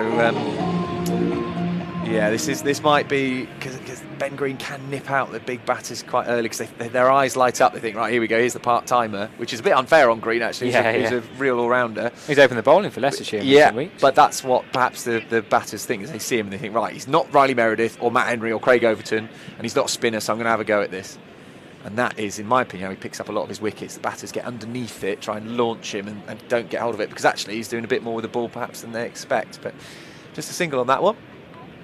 So Ben Kellaway in the number 4, he and Colin Ingram need to rebuild, but you can't really rebuild in T20 cricket, especially at a place like Taunton. Well, you can to an extent, can't you? It's tough. You don't have a lot of time. No, you don't have a lot of time to do it. You've got to be quick. But I agree, on a flat deck, you've got to hit 200 really. And they've still got Ace of Tribes to come, don't forget. Yeah. I'm surprised Tribes as low as 6, but no, brilliant to see. 62 for 3 after 8.2 overs. Craig Overton is going to come across to long on, as he always does. He is the long on specialist. Matt Henry up delivering it long off, mid off. Giving himself a bit of room and well followed there by Ben Green. And that really cramped him up. 62 for 3. 62's not too bad, probably a little bit lower than his par here. Probably want to be around 75-ish. 80-ish, around about this time. But it's the 3 wickets that's a bit of a pain for them. Those 3 top order batters gone. In comes Green again. High up on the bats, there's no real power on it. A little bit of a fumble. Is that Sean Dixon out there, I think? I think he's actually landed on the ball, I think is the problem. He stopped the ball, then sort of chested the ball on the ground, which would be painful. Yeah, glasses came off his head as he was doing it. He had I was watching the warm-up today. He had the earliest hit out of everyone, Sean Dixon. Watch this bobble. Then he lands on the ball. Ow. Ow. Yeah, he was having a bat about 3:30, 4 o'clock. Well, that is early. Long net this afternoon. Green in again, shorter, slower, and well watched by Kellaway, who can only pick up a single. It's a good over this from Ben Green so far. The weird thing for Sean Dixon, in the last week, he's gone from scoring a big 100 for Clevedon against the Dukes Red Ball in the Whipple on Saturday. Then 4 days against the Red Kookaburra where he struggled, opening the batting for Somerset in the County Championship. Which traditionally you'd think the batters would do better against, yeah. And then he's now into white ball T20 cricket today. So 3 completely different balls, completely different format, completely different opposition. Oh, that's well bowled. Tucked him up a bit for room there, and he didn't give him any space to open his arms, and Ingram can't lay bat on it, so it's a dot ball. And a good start from Ben Green, who that over has gone for just 4 runs. So yeah, very good. Great start from Ben Green. Yeah, gone early to Ben Green. Some change-ups we'll see from him across the day. So we've seen 5 different bowlers now already for Somerset, which is quite a lot for this stage. They're normally pretty consistent with their spells. So 1 each for Gregory, Goldsworthy and Green. We're going to see another change now. Goldsworthy finishes off just with 1 over from the end so far. Lewis Gregory swaps around, takes himself onto both from stand end, if you like. 64 for 3 is the score, so they need to get going here. Glamorgan really can't afford too many more overs of not scoring a lot of boundaries. Just a tiny bit further backward behind point. Instruction from the skipper. I don't think Lewis Gregory's too fussy about which end he bowls from. We're a very central pitch. The boundary dimensions, as we said, they're slightly short of the Somerset stand, but with the wind, they're probably playing pretty similarly, actually. I'd agree with that, certainly when the ball goes in the air, for sure. Yeah. So I think, actually, either end's not going to make too much difference. You might see him and Ben Green, Lewis Goldsworthy rotate around a little bit now. And both Henry and Overton have 1 more over to bowl, but don't forget, who's not bowled? The overseas quick. Riley Meredith has not bowled a single one of his 4 overs yet, so I reckon he might bowl 3 or 4 straight through. Yeah, they're holding him back for the death, maybe. Yeah, I don't mind that. Already, if you're into the 10th over, so something like that. He's one of those that can get hit. If you've got a set batter, he could go for 30 off and over, but if you haven't got a set batter, he can rip through the lower middle. Well, I wonder if that's what they're looking for, a sort of sweeping up the tail, a bit like Tung's been doing in the Test matches. Yeah, I don't think he'll bowl as many bumpers. No, but sort of aiming it in quick as you like at the stumps, or near enough. In comes Gregory again then. He's not got all of that. Colin Ingram, he's not quite found the middle of the bat, really. No, that nice paddle sweep he played first ball is probably the one he played best. Yes, I'd agree with that. Charlie's mentioned the Test match a couple of times. In the last couple of days, it's been interesting seeing Edgbaston. It's not T20 Blast Finals Day, it's a normal Test match, but there's been a lot of fancy dress. Yes. Some entertaining fancy dress. Well, at the end of the over, we're going to show you some special fancy dress here. Well, it's always good to see it here at Taunton as well. T20 is kind of their home, isn't it, for fancy dress, that kind of stuff. Don't see so much of it in the County Championship, do you? No. Good bit of fielding that from Tom Keller-Cadmore. It was good cricket, that, actually. Kellaway came down the wicket to try and take on Lewis Gregory. Back foot punch. Look at this bit of skill from Keller-Cadmore. I like this a lot. Get that on the socials. TKC will be very proud of that one. He was on the field at about 3 o'clock mucking around with his family friend. He was kicking a football around and playing a bit of cricket with a young lad on the outfield. He's always great entertaining young'uns. As 45 comes into the ring, long off goes back. Oh, that's the top edge. And Banton comes underneath it and takes it. It's no ball, no ball. It's a no ball. It won't count. The amount of times we see it, wickets off a no ball. Lewis Gregory's got a bad habit of no balls as well. We've got to say, County Championship, he's the worst for bowling no balls. Is that a front foot? Ben Peverill's giving it. Didn't look to there. Front foot. I wonder if there's 45 came up, long off went back. Did someone misunderstand the field placement? Did someone else go out as well? So we might get a chance to replay. Riley Meredith came up into the ring, and long on went back as well. Didn't look like an obvious front foot, but maybe it was. Maybe we just didn't see it properly. Now this is in the air. We'll go just short of the fielder who does well. It's Craig Overton out there who fires it back in. And they'll come through just for a couple. Let's have another look. If we get the, see if you can get your replay, just the full see the pitch front for that foot. ball. Yeah, if there is a side-on angle, just to see. Let's have a look. This is the best angle we've got. To me, that looks That's absolutely not a fine. Front foot, is it? So I wonder what I Ben's reckon seen there. Ben Peverill is on the ball. Yeah, you know he what? is. I He's a reckon it would be stickler. a power play thing. Yeah. I reckon he's noticed that they've just maybe got it wrong, that ball. That's lovely. Beautiful cut. And that'll be 4 runs. Lovely shot that from Colin Ingram, who moves the score up to 75 for 3 at the halfway point. And I'm going to come out and bring in Pete Trigo to come alongside you, Harry. Okay, I'm joined by Alex, who's getting married to Victoria very shortly. He is dressed as Braveheart. Please don't lift up your kilt. You're here with your friends here tonight on a stag do. Alex, I hear you once had a very profitable partnership with Joss Butler. Tell me all about it.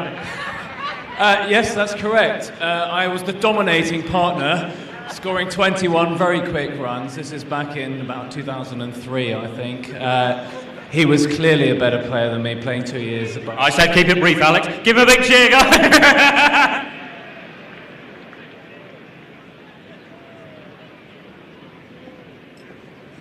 Well, Lewis Goldsworthy's now on from the Toscano Pavilion, and he's gone for reverse straight away. Tom Culler-Camera's got there, another Glamorgan wicket. Lewis Goldsworthy again, he's changed ends. Tom Culler-Camera, the hero with the bat, opening the batting in the County Championship the last 2 games for Somerset.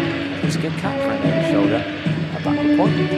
Good stuff from Goldsworthy, carrying on his good form. I think that was his first really important game the last time the two sides met.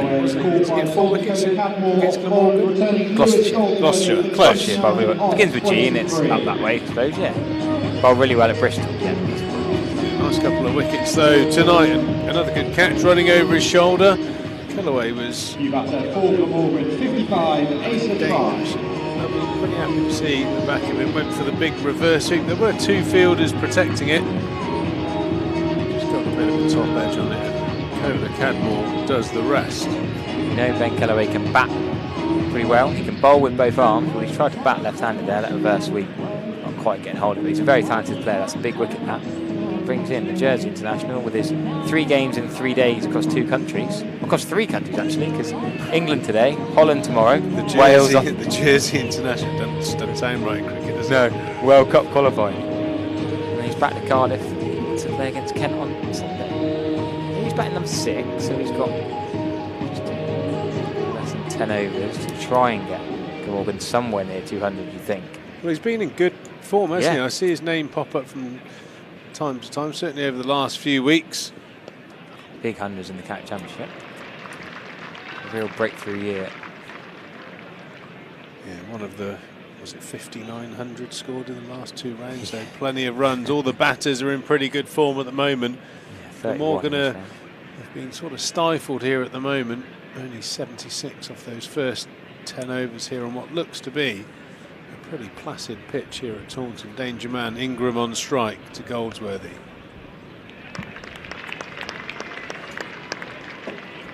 So 3 back on the leg side, deep cover and a long off. Pretty standard field for Lewis Goldsworthy at the moment. He goes big, Colin Ingram. He's got hold of that one. That's the 6 over towards the grounds of the shed. And it's underway. The slog sweep is a shot he's known well for, Colin Ingram. He's hit that cleanly and well. The wind hasn't affected that one too much. To be fair, it's well placed as well in between Tom Abel and Matt Henry. Even if he didn't get that all the way for 6, he probably would have gone for 4 between the 2 fielders. Yeah, not his best strike, because he does hit the ball a long way, but enough to clear the ropes here.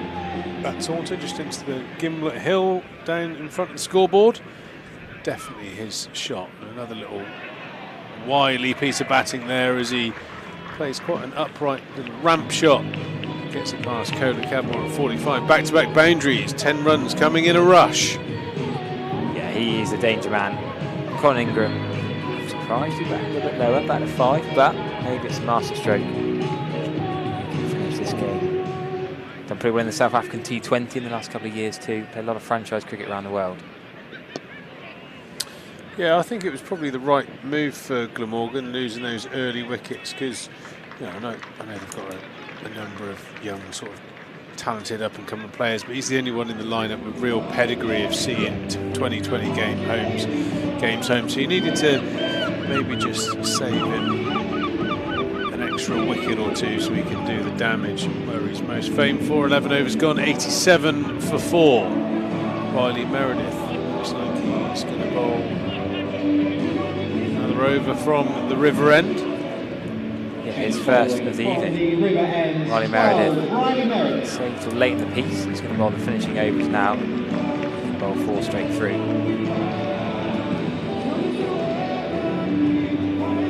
Well, pretty well in the death. 10-enders don't like facing him, but he's got 2 pretty decent, useful middle-order batters to bowl at here. Can he get another wicket and expose the middle-order? Dan Douthwaite, get him an early. Imad Wasim, the left-hander from Pakistan, can clear the rope, but Glamorgan don't want those two coming in too early just yet. Yeah, I know Colin Ingram's a very good cutter and puller, so he won't be intimidated by the pace. But he can certainly crank it up when he's in the mood. Riley Meredith starts off with a bouncer and beautifully played there by the South African for 4. That Seagull nearly had his leg taken off. We had a Seagull in the exact same spot last day of the county championship on Wednesday. We had Seagulls all over the pitch on day 1 with the flying hands, but just straight past the Seagull's leg. Watch this really well timed. It's my favourite pace, Riley Meredith. I'd say he's probably the best player of pace in this Glamorgan side. Both up in the ring at 45 and at short third. Deep square leg is back there to get that onto 1 run. Yeah, I think if Riley Meredith was being too short, a little uppercut, a little ramp could be a comfortable boundary for either batter. Although we are going to see Killer Cabin go back at final leg for Tribe. Yeah, I'm not sure that's a great tactic rolling short to Ingram. It really is a favourite shot of his, pulling, cutting. He had a boundary off that first ball and belted that second one. Different story though when you've just come into the crease and someone's bowling some express pace, as Riley Meredith often does.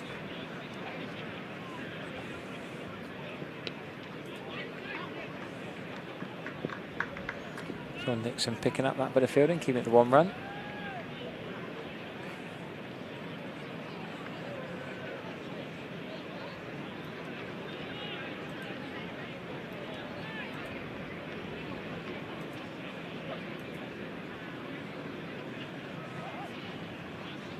Again, both fielders behind square are up in the ring.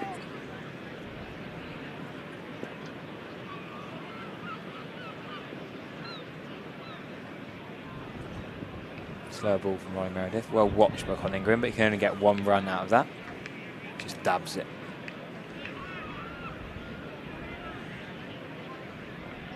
Kingram, they like to call him, don't they? Colin Ingram becomes Kingram.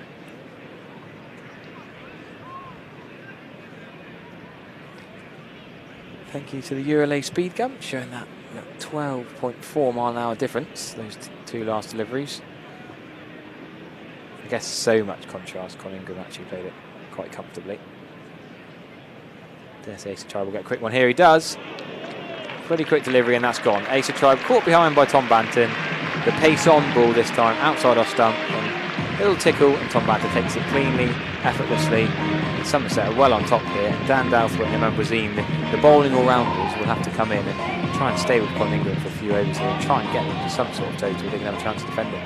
Yeah, risky ploy, backing away and trying to slash Riley Meredith. Just a little bit of extra pace and bounce, and smart catch there from Tom Banton. And Ace of Tribe is no more. Dan Douthwaite is a very good player, but against pace like Meredith, it's not easy. I've seen him clouting Lewis Goldsworthy around. He likes taking on spin. He's got a tall frame, long handle, he can hit the ball hard and high, but he's moving inside for his bowl.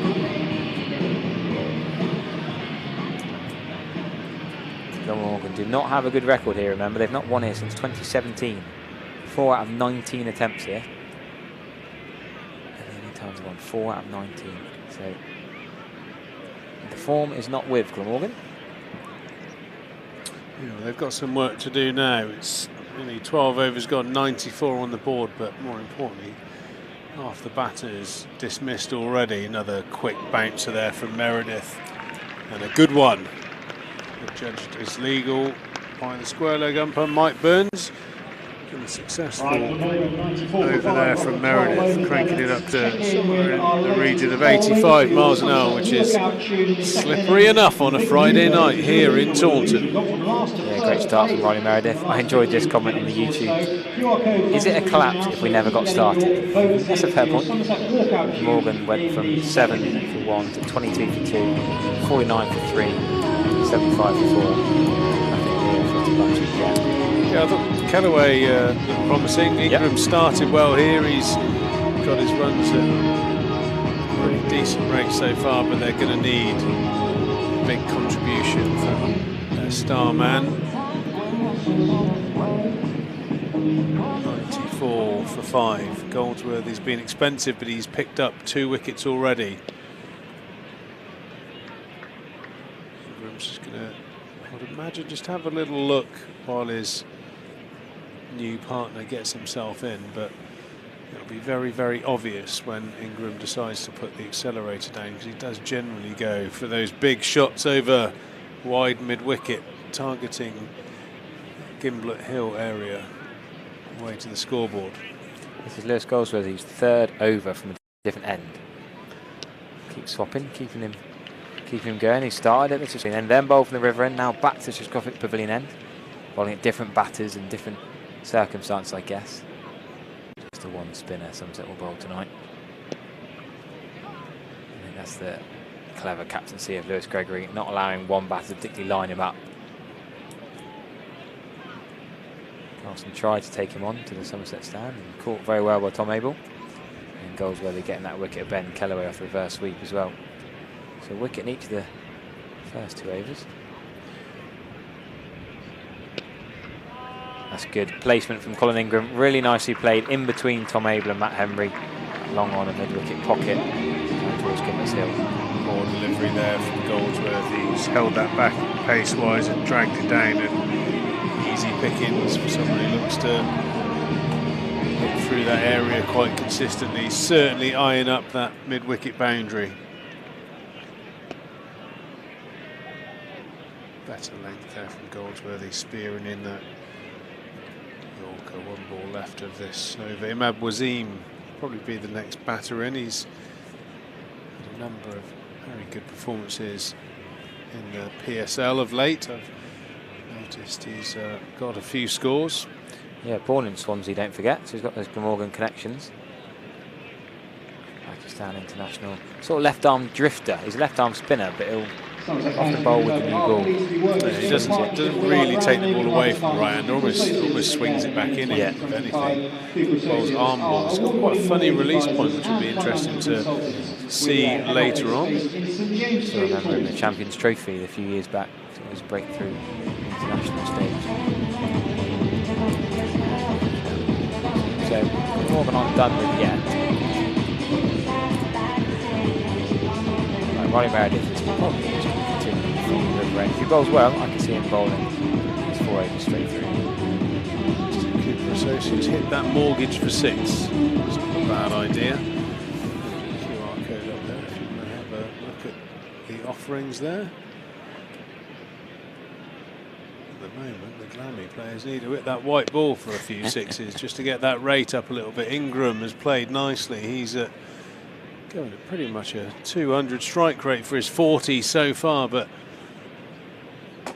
hasn't had anyone really at the other end apart from Kellaway for that short period. It looked like he was in a good bit of touch. Yeah, Colin Ingram's been in decent touch. He had that big 100 against the Kookaburra ball, that big partnership with Sam Northeast. Saved the game against Leicestershire. He had 133 not out in that game, having got 56 in the first innings, and then 117 in his last innings. So 100 in his previous 2 innings. Coming to this one, that's down the leg side. Ambitious from Riley Meredith. Ben Peverill's not going to fall for that one. It is a wide down the leg side. And I reckon for potentially the first time ever, we've got 2 umpires from the same little village in Somerset. Both currently live in North Peverton, just up the road near Bridgewater. So Mike Burns and Ben Peverill. What's the shed? Better hope they don't get burgled tonight, Harry. Yeah. I'll give them their address. I don't think they live together. Do you know the postcodes? North Pev, 1-2. So into the leg side, it's only going to be 1 run out to Tom Abel. Nice shot there from Douthwaite. Hasn't quite found his feet yet. He's been at the wicket for half a dozen balls so far. Ingram, the main threat. Remove him in the next few overs and could make this evening a lot easier for the Somerset batters, but a very, very dangerous player indeed. If he bats through, Glamorgan will undoubtedly post something substantial. Quality shots like that down the ground should come back for 2. Doesn't. Douthwaite looked a little bit slow. I agree. Can't Craig find Overton's another done word well. for it. No, I agree. I thought there should have been 2 there. I mean, Craig Overton's one of the better fielders at long on. He's tall and got round well, but you've got to try and push for 2 there, you think. Get Colin Ingram as much of the strike as possible. Ingram pushed hard, but Douthwaite didn't really. Yeah, that was looked quite long too. There's a lot of work to be done on that boundary. Meredith picking those heels up, steaming in to Douthwaite. Another short ball, another nick, and a poor piece of wicket keeping there from Banton. He's gone through the gloves. An opportunity there to get into the tail. It's been missed. An unusual error there from the normally very solid Tom Banton. Yeah, Dan Douthwaite on 3 not out then. Well, he was on 2 before getting to 3. We'll remember that drop, 13.4 overs. It was quick, but you'd expect Tom Banton to take that.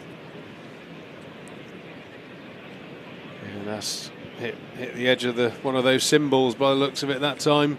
Very unusual for Banton, who's normally very, very good with the gloves. Meredith hitting the gloves hard at the moment. Difference that will make come the end will look interestingly if Dan Douthwaite has any different approach, but he's got his chance. Will he make Somerset pay? Amazing how the game works, really, because he shouldn't really have been facing that ball if he'd have run a little bit harder. Could have been an opportunity there. Meredith's last ball of the 14th over, nicely guided there from Ingram. Good piece of fielding there from Kevin Keegan. Oh no, Tom Kohler-Cadmore, and that ends the 14th over. Somerset have restricted Glamorgan to 106 for 5. Thanks to VERTU Motors for their continued partnership. They've got a sale on at the moment on a number of their different brands. BMW, Range Rover, probably more. Have a look online. Some savings to be had.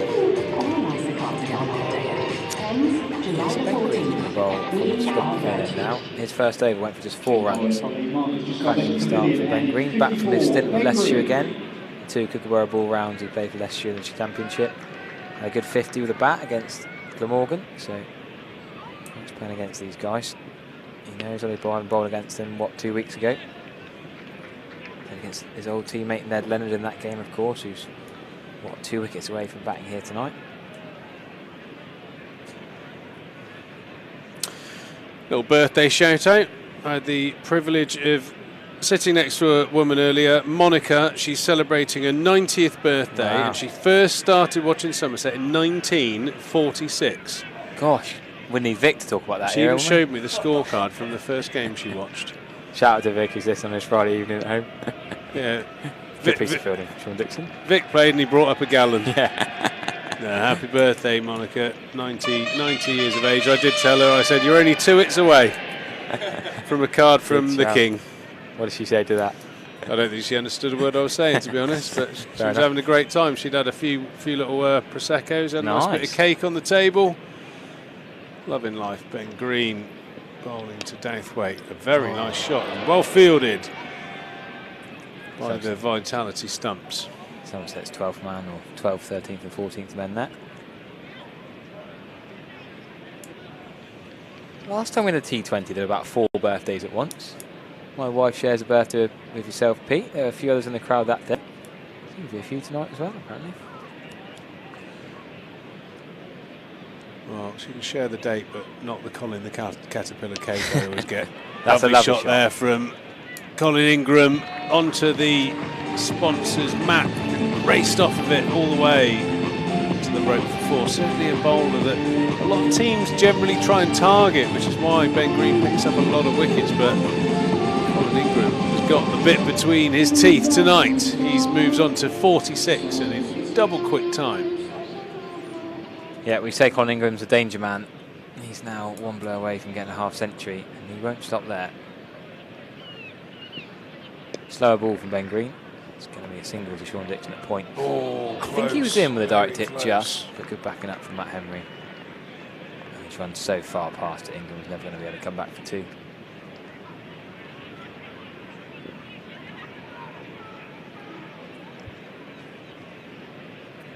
One more ball in this 15th over from Ben Green. It's gone for 8 runs so far.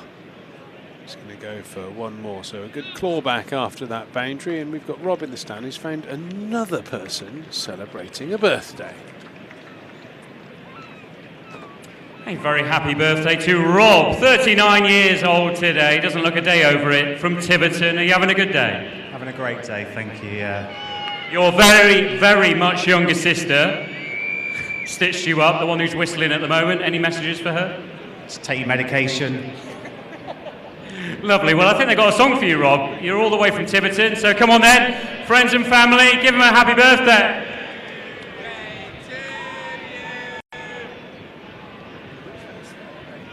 Happy birthday, Manny. Happy returns. 115 for 5 here. 5 overs left of this first innings. Ingram, 47, very much danger man. 21, Matt Henry. Supported by Douthwaite. Hasn't quite found his feet and got going yet, but he's starting to swing the bat a little bit more purposefully those last few balls. Interesting, they brought Henry back on now, bowl his final over, so they think this is the one to use one of their 2 big danger men.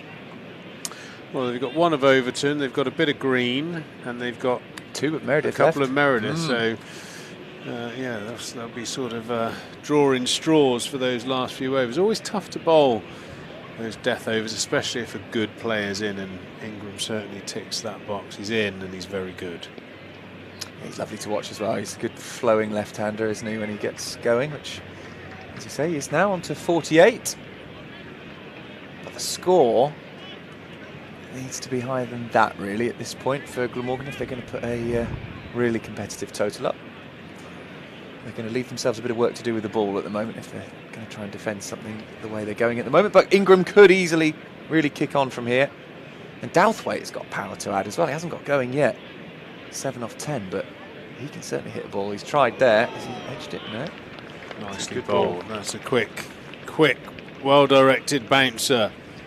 Douthwaite, yeah, he has struggled to find his feet, and with Imad Azim yet to come in, maybe that drop from Bantam wasn't the worst thing, because Imad Azim, I've seen him play a few times left-hander, hits the ball all over the park in funny areas sometimes. And Douthwaite not quite finding his feet. Pulled hard, but it won't be a boundary. Yeah, he's great to watch, Imad Wasim. He's one of those players where you're not really sure what you're going to get, and I love that in a cricketer. It's a bit like Roloff van der Merwe. You never really knew what you were going to get with him. Yeah, swinging to leg, and the ball flies up to third man, and absolute chaos and carnage. But great cricketers, full of talent and character, and that's what I love watching. Here comes Henry. Wide Yorker, lovely ball. Yeah, brilliant. That's just keeping an eye on Ben Peverell there, but that was who's the umpire? That was a lovely delivery. Hard to get away those. Douthwaite struggling at the moment a bit. 9 off 13. There seems to be a bit of intent to get through the overs. Somerset must think they might be a little bit tight on the allotted time. What have they got? 14 minutes to bowl the next 3 overs, so they should be fine. They have to start the 19th before the 20th in time, don't they? Should be okay. Seemed like this must have happened, but Henry was rattling through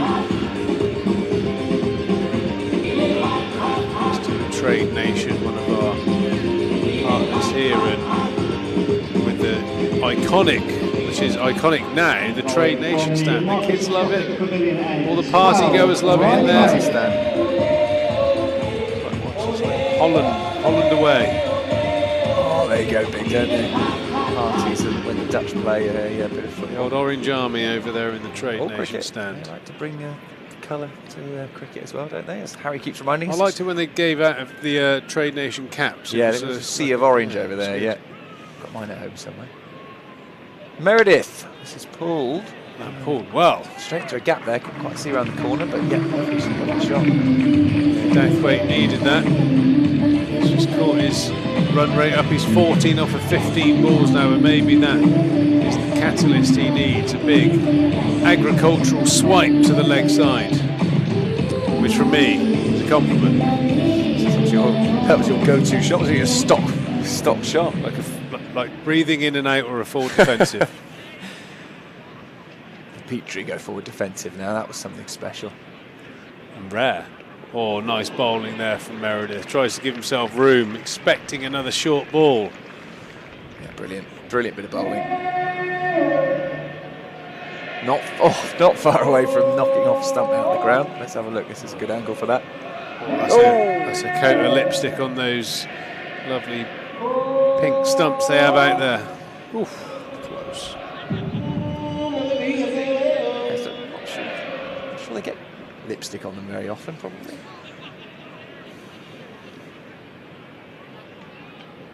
Shorter ball, really quick one as well. I mean, that's the challenge, isn't it? That's the challenge. You've got those toe crushes he bowls. You've got the one round the ear rolls. Douthwaite's pretending like he wants an extra ball, but I bet he doesn't. It was 86 miles an hour, that one. It's nearly cleaned him up, that one. Oof. Oof. Like a rocket. Yeah, he nearly ended up with that in the old Tenerife.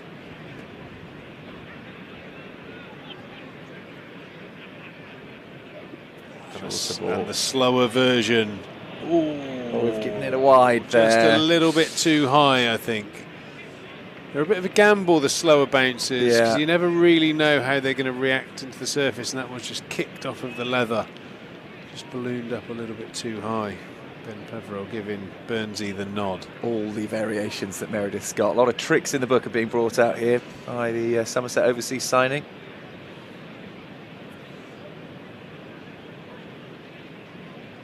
Douthwaite on strike.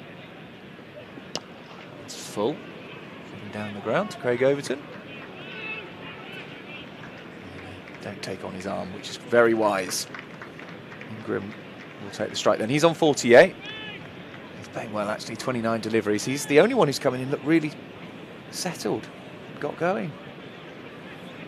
He needs to stay there. 126 for 5. 17th over. And Somerset will feel quite comfortable chasing 200 normally on a pitch like this at Taunton. So Glamorgan are going to have to make it as difficult as possible. They're going to have to squeeze out as many runs as they can. The run rate at the moment is 7.5. Elbow's pointing out as he runs in. Here comes Meredith again. Another big swipe from Douthwaite. And he doesn't connect, so it's another dot ball. There's a ripple of applause for the Somerset bowler. Dot ball is gold dust, really. Seen quite a few of them.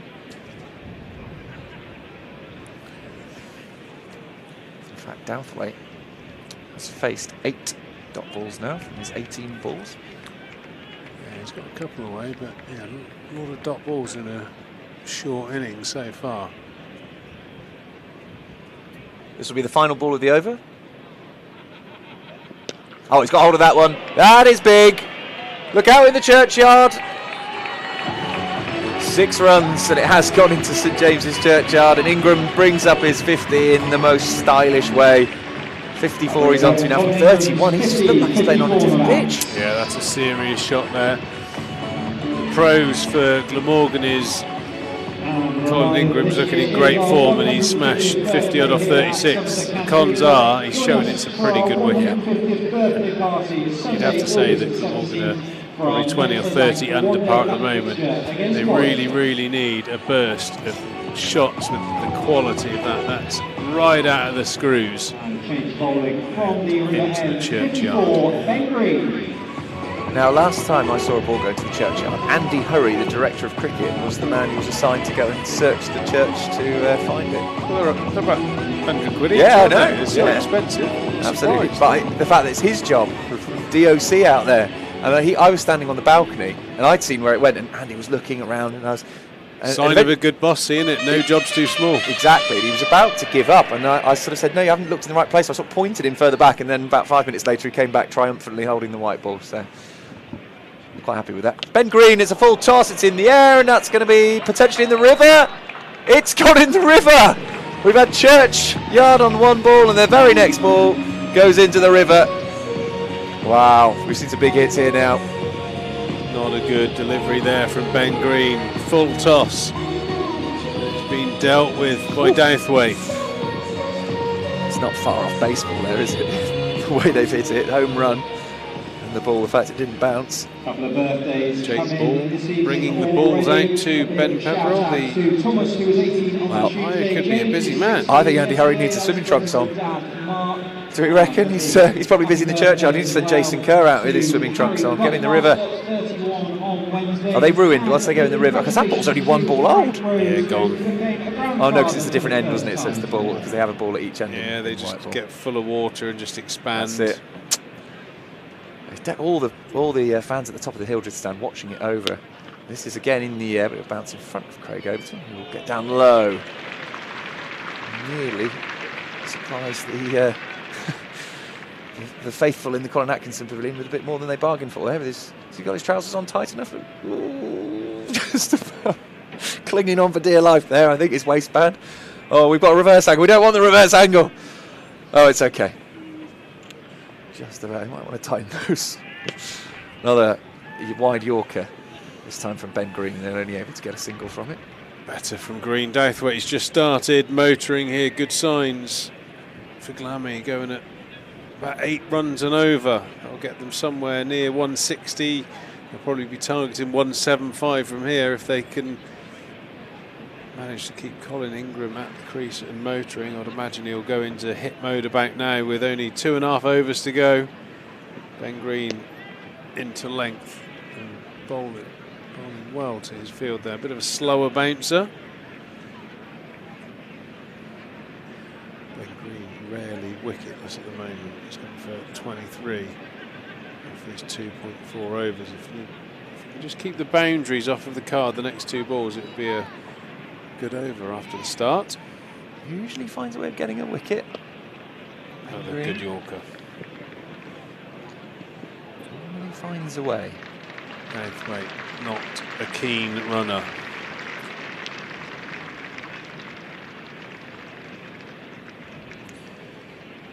Bit of a shade around the ground now.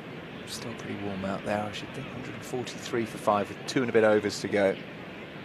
Morgan needs some big overs, these last 2. And to finish off this one. In the air, and the easy catch for the sub. Massive wicket for the Green Machine in Somerset. He strikes, he rarely goes through 3 overs without picking one up, and he's got the big one. Yeah, I did say he usually finds a way, and Ingram, who was crucial, you thought, in those last 2 overs, has gone for 55. Well played, Colin Ingram, but in the end, pretty simple dismissal. Yeah, I think Colin Ingram has really shown the true characteristics of the ground and the pitch. Played nicely, as he often does. Imad Wasim is going to follow him to the wicket, or exchange places to the wicket. Similar sort of players in some ways, where if you bowl offline, they fair whack it, but that was a massive wicket. That's a 20-run swing getting Ingram there, I reckon. That's my call. Yeah, huge moment. Who's Josh Davey on for? Is he still on? He's had a good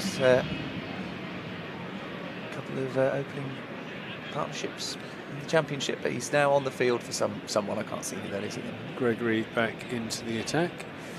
So the 19th over, the crucial 19th over, and Glamorgan are 6 wickets down, and their key man Colin Ingram is now gone. Gregory would have been very pleased to see the back of him, I should think, knowing that he was probably going to come on and bowl that next over. But Imad Wasim is there now, but not on strike, as this is Douthwaite. Oh, lovely looking shot. That's a beautiful in-out drive through extra cover. That'll be 4 runs. Powerful looking shot. Just stepped away a little bit. Right. See that big gap there? Great ball from Gregory, if we're honest. The last 2 overs started with low full tosses. Fit for boundaries. Another full toss. Another one in the same place. Can Henry get round? No. Another 4. So back-to-back boundaries here. Gregory, 2 full tosses. Same result. Chalk and cheese the second half of this innings from Douthwaite. He's really burst into life and scoring freely at the moment. He's a good player. Great Dan Douthwaite. It's a lovely shot as well, making most of the full toss. Right then, Gregory. I want to make this one bounce. There we go. It's in the air. Oh, that's a good shot as well. Even better. 6. Back-to-back boundaries. 4-4-6. Gregory's being taken to the cleaners here by Dan Douthwaite. Great boost this for Glamorgan. Clean strike back down the ground. Henry just not quite finding that Yorker. Into the hospitality area. It's taken, I think so. Well, this, we said they needed big overs. They're on 157 now with 9 balls to go. This is looking a bit more healthy from Glamorgan. They need to keep going though. They haven't got enough yet, you'd think. This is pulled hard and that'll be 6 more. 4, 4, 6, 6. Gregory doesn't know where to bowl it to Dan Douthwaite. Brilliant hitting.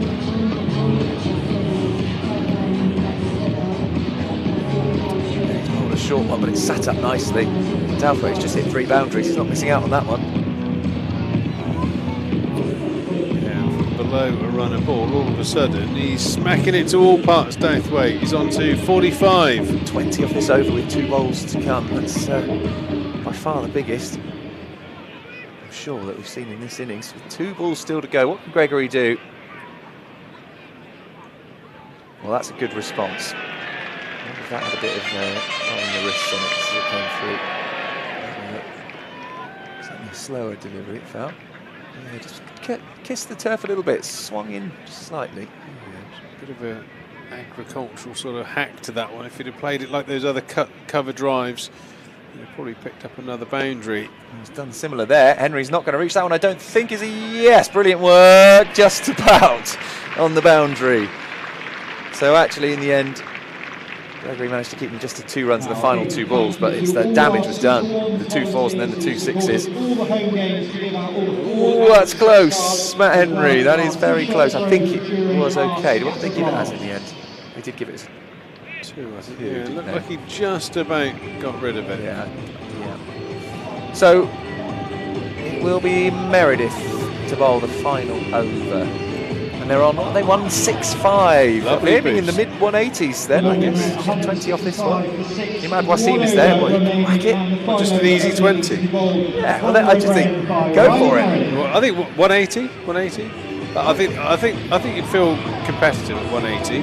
Anything below that, I think you have to do something special. But yeah, this little Douthwaite cameo has just changed the complexion a little bit. Nice piece of bowling there. I don't think that's probably one of the weak areas for Wasim early on in his innings. The short ones. I don't think he quite fancies it.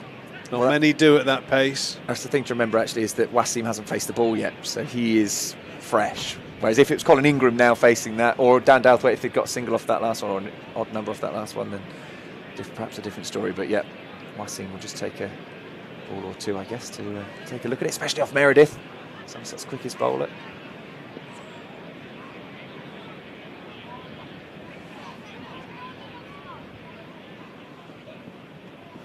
Very good ball. 2 player misses in a row.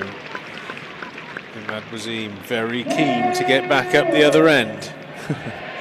Born in Swansea, Imad Wasim, which is a fantastic fact that I love about that player. And now, since he signed for Glamorgan, it feels like a homecoming, sort of. I know Swansea isn't in Glamorgan, but South Wales. His dad, I think, was in the steel industry or some kind of industry there. That's why he was born in Wales. Is it a Tata Steel, is it? It's an Indian company, isn't it? So, yeah, that is an Indian company, but it's certainly got the base in South Wales. Something that might be given a wide. It will be, and they'll run anyway. So I'll pick up 2 runs there and I'll have to bowl it again. Pushing it too far there. Meredith going to cross Wasim. Yeah, I can see why that's been given. Too far away, but yeah. Not amazing communication by the batting pair. I thought there would have been a wink and a nudge. Anything we're going to run, but we should have had a throw at the stumps. Yeah, Douthwaite was ready though. He'd really run up hard, hadn't he? So it would have had to probably have been the other end. So now Douthwaite is on strike. 47 he's on as well. Blow away from a very good half-century. Started slowly. Well, that's in the air, and Overton will watch it over his head. That's the half-century, and Douthwaite's hitting boundaries for fun now. Serious shot, that. A serious shot. All the way into the Colin Atkinson. Douthwaite looked like he was floundering for the first 15 balls. And the next 15. 53. Oh. Shot. 53 off 29. Very, very good. With what, 3 balls to come? Scores on 173. They've worked themselves into a good position here. Glamorgan still, as Pete said, still below where they would have targeted, but they've given themselves something to bowl at. Which is more than could be said for some of the other sides that come here. Teams like Surrey only posting in the 140s. Yeah, I think now you're into the realms of Somerset have to play well to win instead of just like coasting home. Yeah. Anything under 170 would be. I think Somerset could falter and still chase that. Now they're going to have to play well in this second innings. No bad thing for the context of the game. I think that's a good ball, yeah. And Bevel, the umpire, keeps his arms by his side. And Douthwaite looks a bit frustrated. He's missed out on that one. Dot ball, crucial, vital. 173. How many runs off this over so far? Well, there was 2 off that wide, wasn't it? With the wide and the run they squeezed, and then the 6, so 8 so far off the I think over. you have to say the way that sort of Imad shaped up coming in and the drop of Douthwaite could have been quite a costly drop there from Banton. It was dropped on single figures. Douthwaite does get one on this, but they're going to run hard for 2. He's going to try that. Throw wasn't great. Poor choice there. Should have gone to the keeper's end. Yeah, that's not great from. Was it out there? I think that's Will Smeed out there. Yeah. He had his choice of either of them to run out, and he's gone for the bowler's end where there's nobody there. And it's not the danger man either. Douthwaite on strike on 55 for the final ball then of this Glamorgan innings. They've done well to get themselves to 175. Can they breach that 180 mark, which is kind of universally seen as a good score, isn't it? 9 and over. Let's see. In comes Meredith. And he's bowled well right at the toes of Douthwaite, and so couldn't get underneath it. They'll come back for the second. Should be run out, and it is. So only the 1 run added on that final delivery. So 176 is the score. 177 to win. Pete, who's got the upper hand? Yeah, Somerset certainly have the upper hand, but as I said a minute ago, I think Somerset now have to play well to win, and that's the difference. That little Dan Douthwaite burst has given them a chance, and Somerset are going to have to turn up in this second innings. The way it was looking previous to that spurt of runs, it was a walk in the park, but now very much game on for this second innings. We're going to take a short break, and we'll be back in about 10 minutes for the exciting run chase. Somerset lead 177.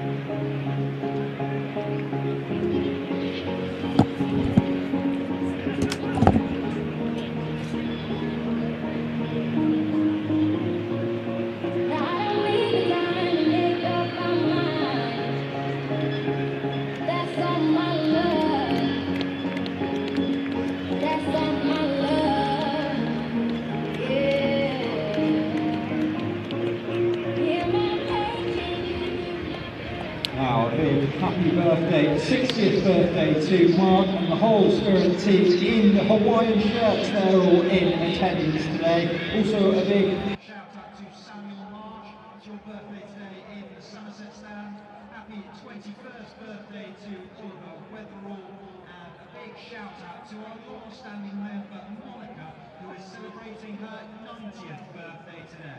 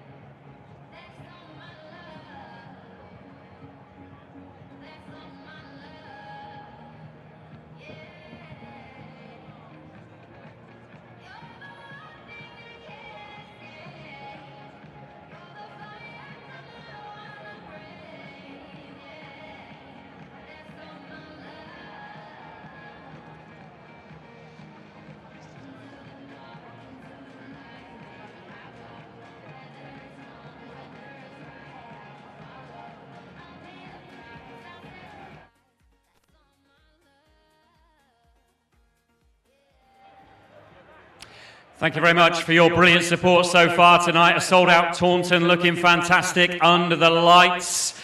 177 to win then. It's going to be a challenge, but Somerset top of the table, 7 wins from 8. Can they make it 8 out of 9? We'll find out very shortly. How good was that spell, by the way, from Matt Henry? 4 overs, 2 wickets for just 15 runs. What a player he is in the Somerset ranks. Okay, it is time for the Thatcher's Can race. During the interval, it's replaced the Apple race to a lot of controversy, but let's meet the contestants first. We've got on my left-hand side here, from the NFU in Tiverton, representing the National Farmers Union, we have Pete in the zero costume. We've got Henry in the haze costume. Henry's gone barefoot. Give us a wave. Oh, how rude. Couldn't even be bothered to wave. All right, so they're ready. They're ready to go. And then our next contestants, we've got Matt, who looks so nervous he's about to be sick. Please don't.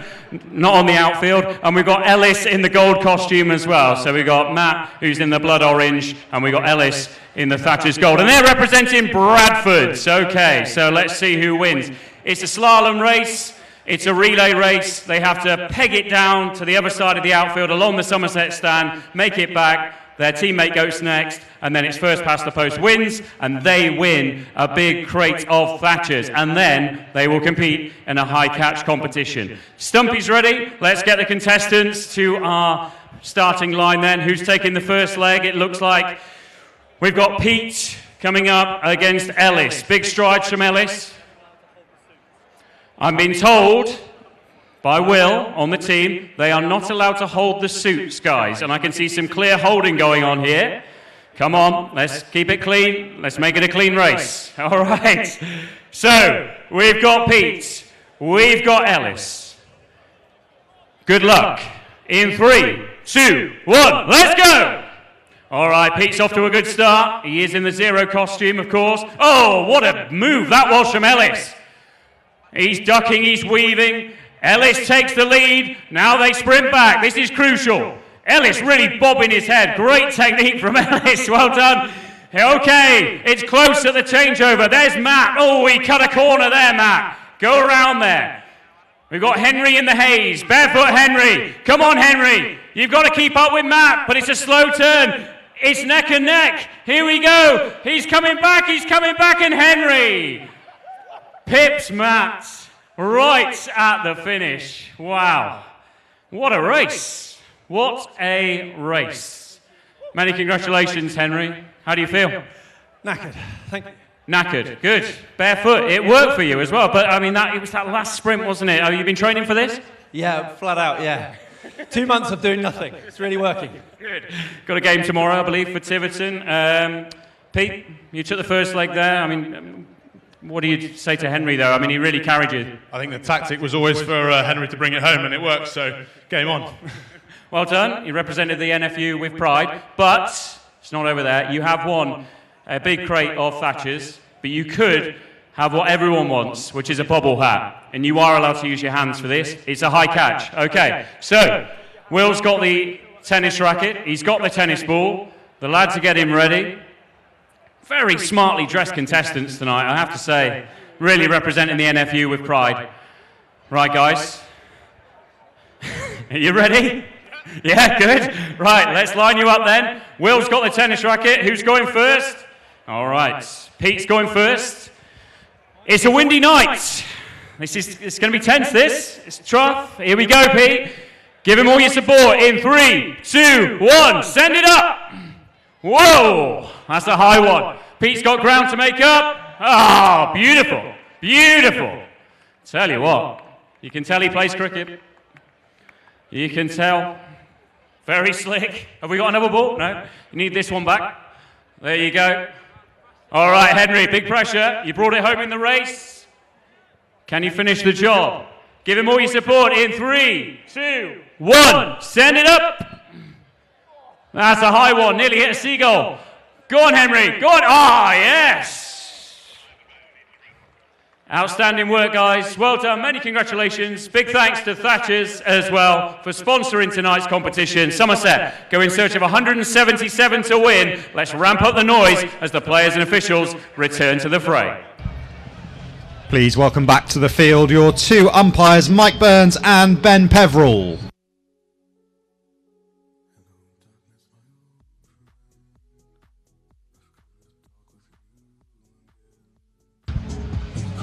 Led up by their captain, Kieran Carlson, your fielding side, Glamorgan. And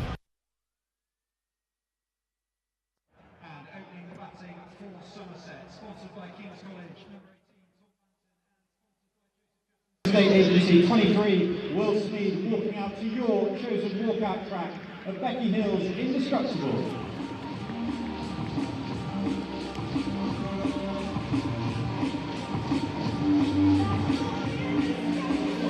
Welcome back to the Cooper Associates County Ground, where Somerset are chasing 177 to beat Glamorgan to continue a run which goes back to 2017, beating Glamorgan here.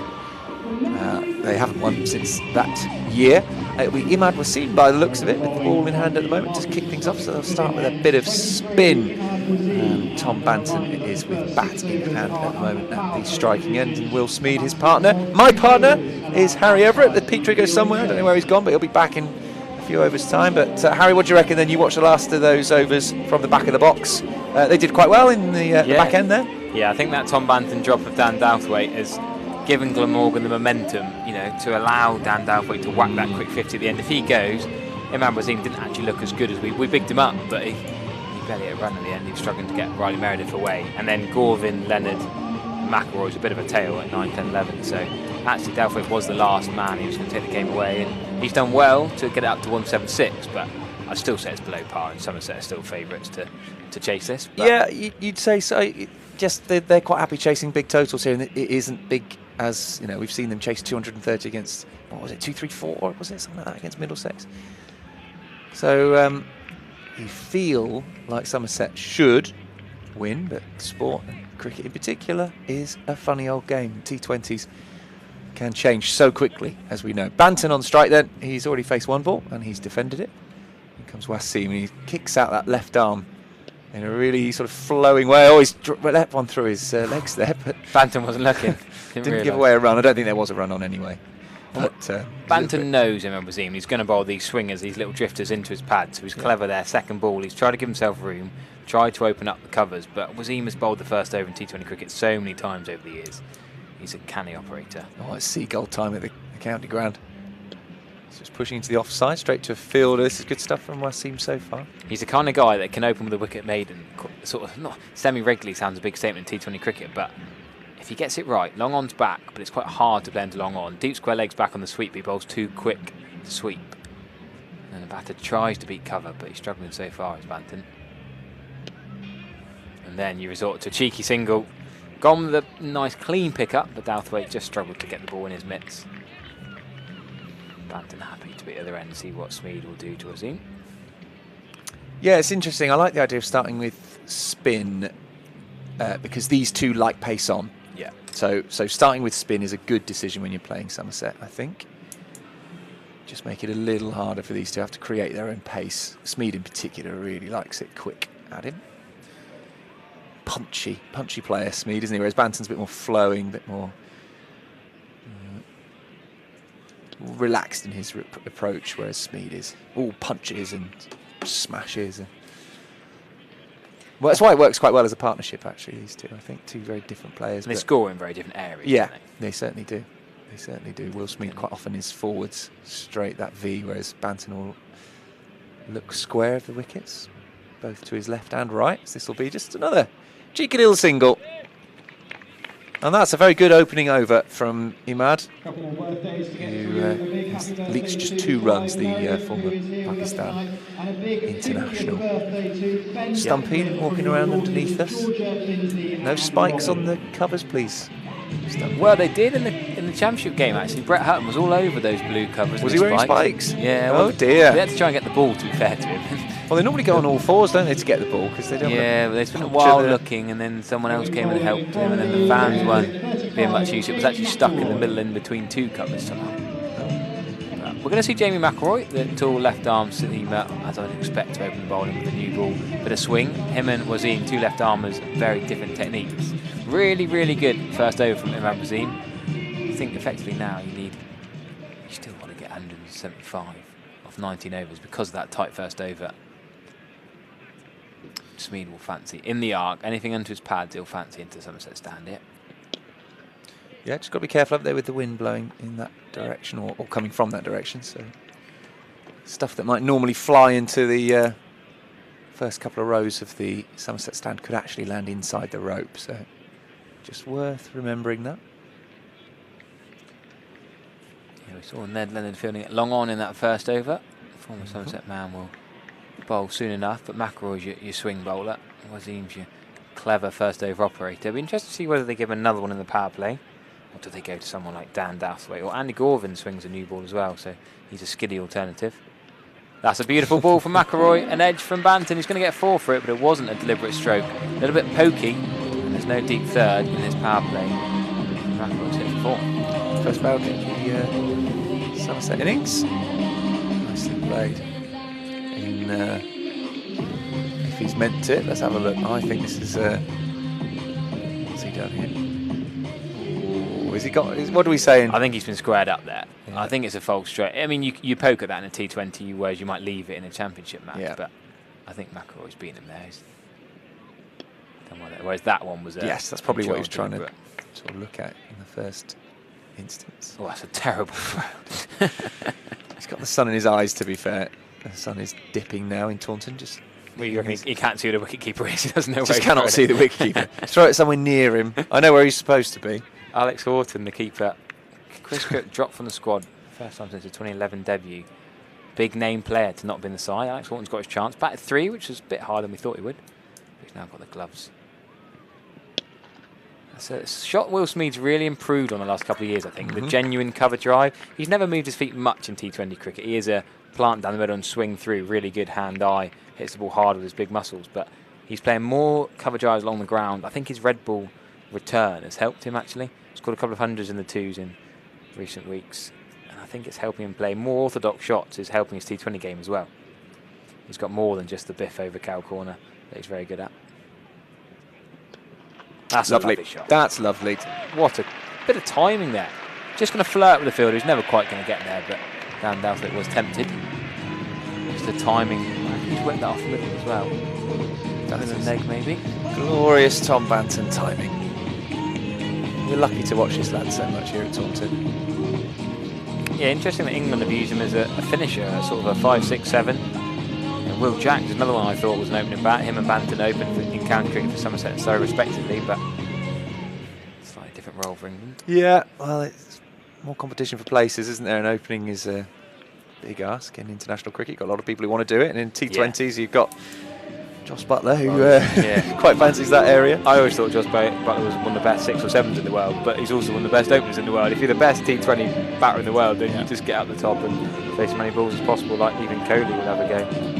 Giving you away from the commentary box there. As the camera zooms further and further away. Yes, zooms further away. There you go. Oh, well, you can see this one. Yeah, it's not quite as fun. Imran Wasim is going to get. There we are. Look at us there. That's what you wanted. The two of us. Oh, hello. Iman's waving back. Hello, Iman. Ned Leonard's waving as well. Long on is still back. We are both wearing white T-shirts. We're probably quite visible. Yeah. In comes Imad then. Slapped through a gap. 4 runs. That's a really nice shot because he's picked up quite a small gap there in the covers. And perhaps they're thinking, right, we've had a look at Wasim now. Let's.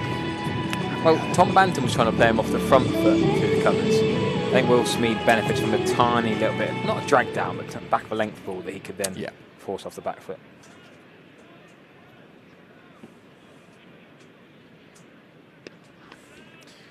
Not found the gap this time, but enough for a single. Similar length, but just a little bit straighter. Smeed lost his shape a little bit, trying to brute force biff that. I think he maybe could have come forward to that ball, but because Wasim gets that dip and those revs on the ball, there's a bit of swing sometimes as well. It's hard to pick up the line and length straight away. Square leg's going to go a little bit behind square now if he eventually gets the message from his keeper and bowler. A bit of a delay. Swept. Straight to the man. Very good captaincy or wicketkeeper angles to realise, or Wasim knew what he was going to bowl. The very next ball he's in play exactly where he's stationed.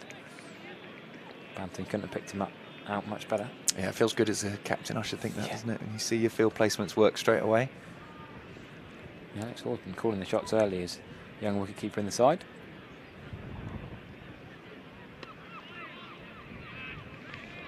Yeah, Smead looks like he's in a little bit of trouble here. He's sort of trying to force it.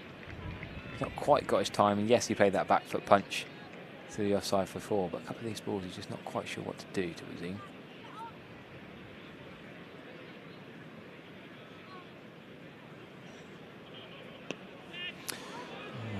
It was in the air for a little time, just worryingly for Somerset. Didn't have any real venom on it. Could easily have been snapped up by someone, but he found a gap. And he picks up a couple. So Smead on to 10, the score 21 without loss, with 1 ball to come in this 3rd over. Yeah, a bit high on the back, that sort of scooped it over Carlson mid-wicket, and Leonard swooped around to keep it to 2, but didn't hit that particularly hard or well. Again, punching it into the offside is Smead. Talthwaite was nearly done by the bounce there. Took it one-handed, almost diving to his right. Good pickup, actually, because if he misfielded that, it'd probably rolled away for 4. Yeah. A bit of pace on it, Virtue Motors. Thank you for the support for the stream. I think they could keep on in that bit. They've not really got after him yet. Right. It's a gamble. Do you keep going?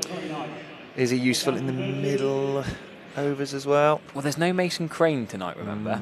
He's a bowler who's bowled a lot of T20 overs for Glamorgan in recent years.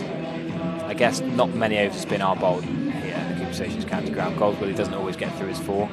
He had that confidence from that Friday night at Bristol, and then came and bowled really well in the Kent T20 on the Sunday, and did bowl really nicely then. It's probably the best he's bowled at home in the Blast this year, but Goldsworthy won't get through 4 here very often, so he'd probably be the only spin bowler they bowl. He could bowl Ben Kellaway again. I think he might bowl his right arm offies, but Ned Leonard they're going to try from the river end. Former Somerset player, of course. Short, but there's a man out there for that cover at deep point. He had a bit of a chat with Ned, looking at the pitch before the match. It's nice to catch up with him and catch up with a few familiar faces. He's, of course, played against in the Blast at Cardiff just a couple of weeks ago. You just reminded me, I watched the stream, the other stream, the Glamorgan stream of this game, and the commentators, obviously, with the Glamorgan side, didn't know what Ned's was short for. Yes. And one of the suggestions, and they said it completely without any irony in it, they said, oh, I wonder if it's short for Leonard. I thought, I don't think his name's going to be Leonard. Well, there's Neville. Maybe there. I mean, it could be. It's not Neville. Completely out of the question, is it? But it's unlikely to be short. And then only after about a minute of them suggesting it, do they say, oh no, that's probably unlikely. What about Ned Flanders in The Simpsons? What's that short for? I get. In my head, it's short for Edward, but I don't. I assume. I'm not sure he has a other first name other than Ned. Yeah, it's Edward. Yeah. Anyhow, he's into his 3rd ball up against Tom Banton here, who doesn't time that pull shot. Good bit of fielding, keeping it to 1 run. Nasty bounce on that one, hence why the fielding wasn't clean. Did pretty well. I was talking to Ned about his battle with Ben Green the other week. Oh, yeah. Glamorgan played Leicestershire, that game where Con Ingram scored 100 in that great partnership with North East. But yeah, Edward Leonard, which sounds very formal and proper. Edward Leonard was a hit for a few runs by Benjamin Green. Yeah, that little battle.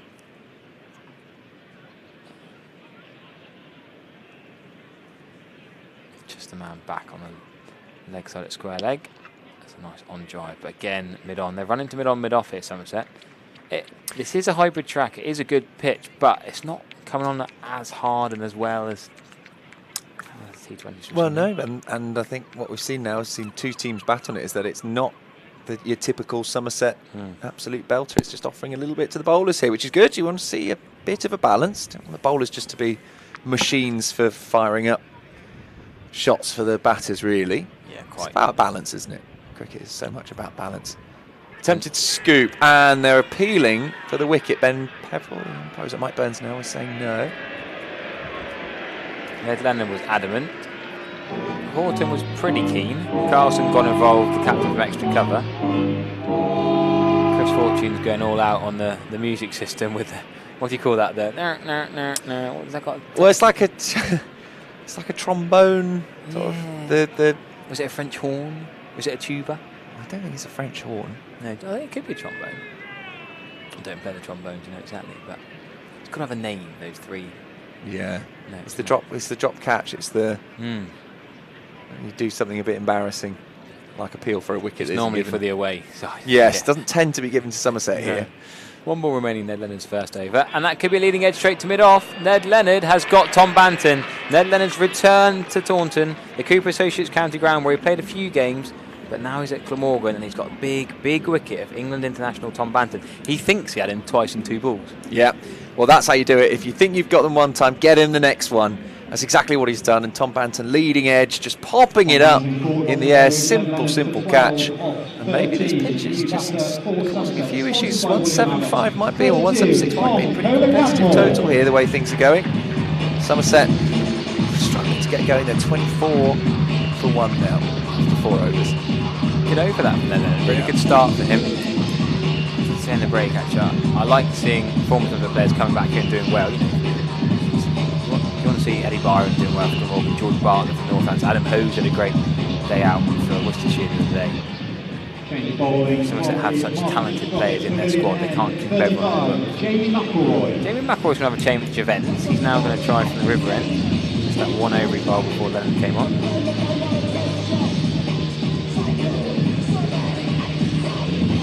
12 of 13 for Banton. Not his fluent best tonight. Kola Cadmore, I would almost say Kola Cadmore's in his best form he's been in his Somerset shirt. 2 Kookaburra Red Bull 100s. Yeah. I mean, that in itself is his best form, isn't it? Well, championship-wise, yeah, definitely. Well, there is the asterisk of the Kookaburra ball.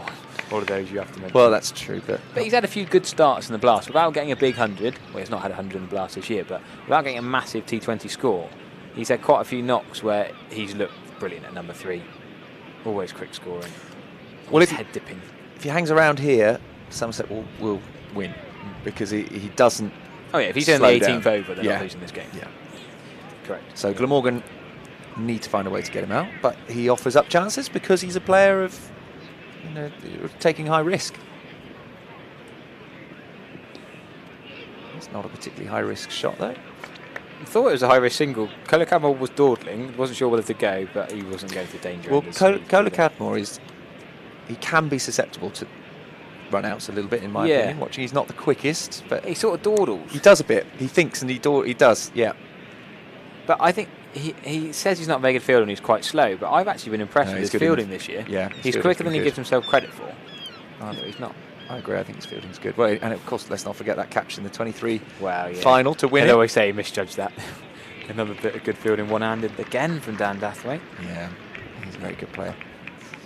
The misjudged Kola Cadmore catch didn't move his feet, just stuck out a paw and it stuck. Happy days. 28 for 1. We've seen 2 lowish power plays so far. Unless we're going to see tons of runs in the next 9 balls, it's going to be another one here for Somerset this time. Yeah, well, they're not chasing a huge total, so that No. probably changes things, doesn't it? But Glamorgan won 36 after 5 overs. For how many was that? 2. Oh, now how has that not hit the stumps? He's got something on it, and it must have only just that lipstick that people were talking about earlier. The layer of lipstick on the stumps is, well, who knows, it might even been brushed by the ball there. Let's have a look. How close was that? Oh, yeah, not far away. Not far away. He's got away with it. Well, McElroy knows that's very frustrating. Thick inside edge.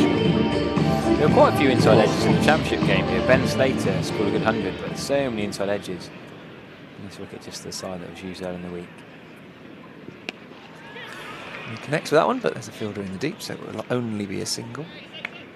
6 off 3. I think Glamorgan have faced they've placed their fielders in the right place. Their field placement's been good. That's a better way of putting it. Now we're talking English. Yeah, their field placement's been good. Yeah, I'd agree with that. Bowled to their plans. Yep. An inside edge for 40. Well, that's it, isn't it? Field placement depends on a bowler bowling the right ball. Yeah. So it's good field placement, but it's also.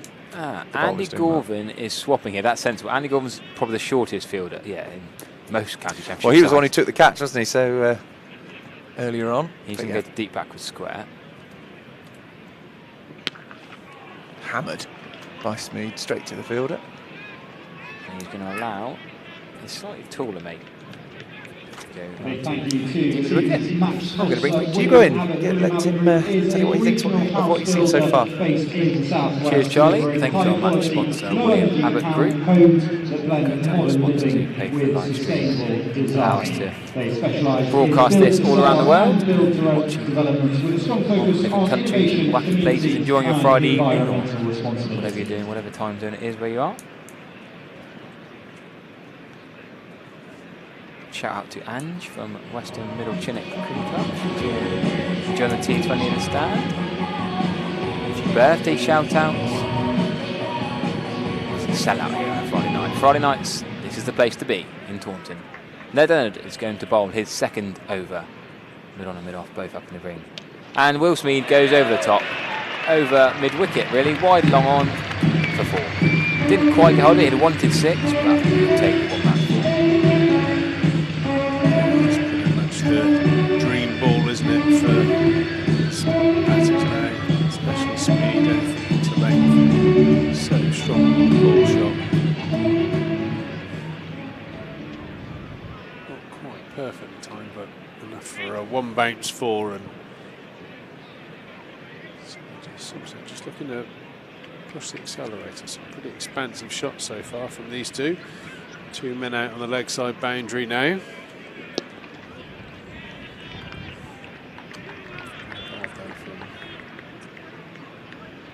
Leonard, former Somerset player, bowling with some good pace to follow the batter. Bit of a dangerous ploy with that short leg side boundary.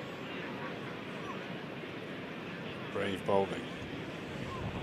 Somerset found himself a new barber over there in Cardiff. It's one of those council jobs. I'll be back tomorrow to finish the rest.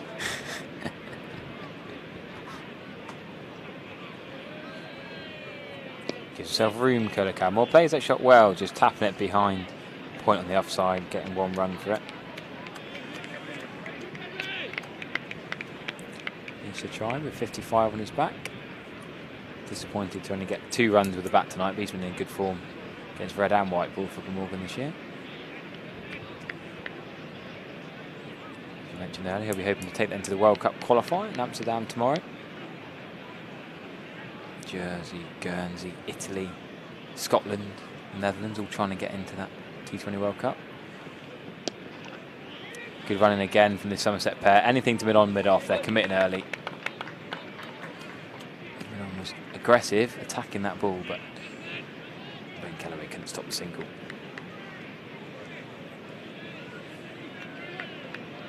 So Mambazine's first 2 overs went for 11. Jamie McElroy's first 2 went for 20. Interesting when they go to Kellaway and when they go to Gorvin. Only 5 main bowlers, 2 more to come. Carlson has bowled a bit of spin. Colin Ingram has bowled a little bit of leg spin, but I'm not sure they'll go through for them tonight. He's bowled him. Ned Leonard has got 2 wickets on his return to the Cooper Associates County Ground at Somerset. Tom Kolakam gone over to the offside, missed that one, and has hit the leg stump. Somerset in a little bit of bother, just on the edge of the power play here. Yeah, trying to work the angles. He moves across, as you say, Harry, but he's gone too far. And it's just snuck round the back of that thigh pad and clipped the leg bail. If you have a look at this replay, see how far Kolakam goes across.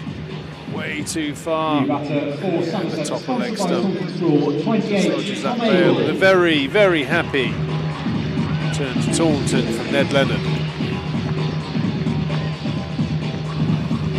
Yeah, I asked him before the match, does he get nervous? Is it weird coming back and playing? He said, it's cricket. You know, you change clubs, you play against your mates, you play with your mates. You change clubs, you change counties.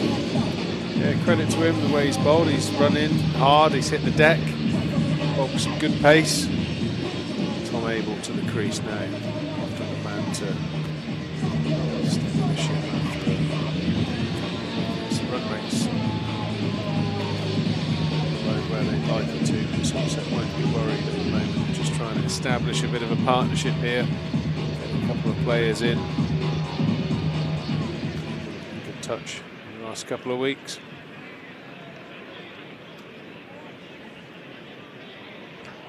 Fast ball in this power play. Thought we'll probably see a bit more spin. Well bowled, Ned Leonard. Two very And good overs. Somerset 41 for 2 for comparison at this Picking up a stage. couple of Glamorgan key was wickets. 1 ahead, 42 for 2. Tom Abel there, 41 for 2 off of the power play, under where they'd like to be. Shout out for Martha, 12 years old, recently They've merged.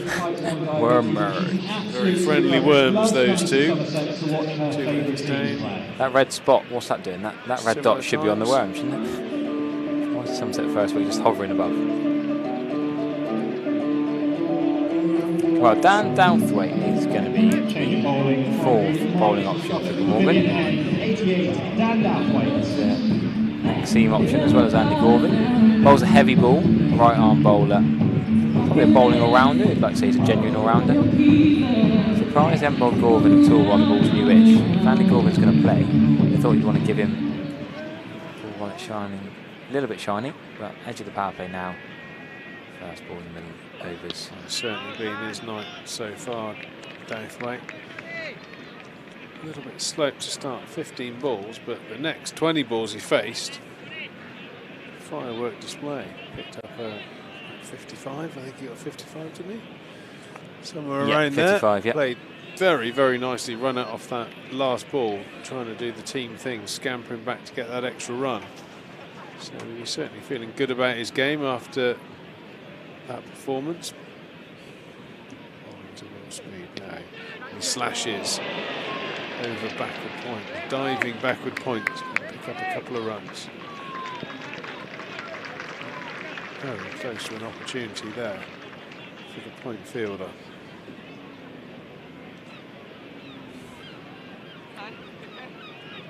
You're going to see long on, deep mid wicket, deep square leg, deep third and deep cover still. Maybe just faced the 1 ball, Will Smeed onto 24.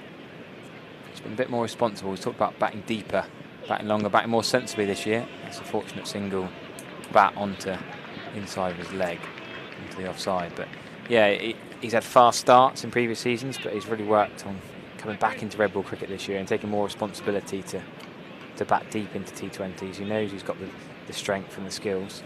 Oh, he's just been back gauged. That Ben Peveril getting the back gauge out. Very quickly done. Comfortably fits in there. I don't know if he decided that inside edge was such a good inside edge, it needs to be back gauged midway through the 7th over of Smeed being out there.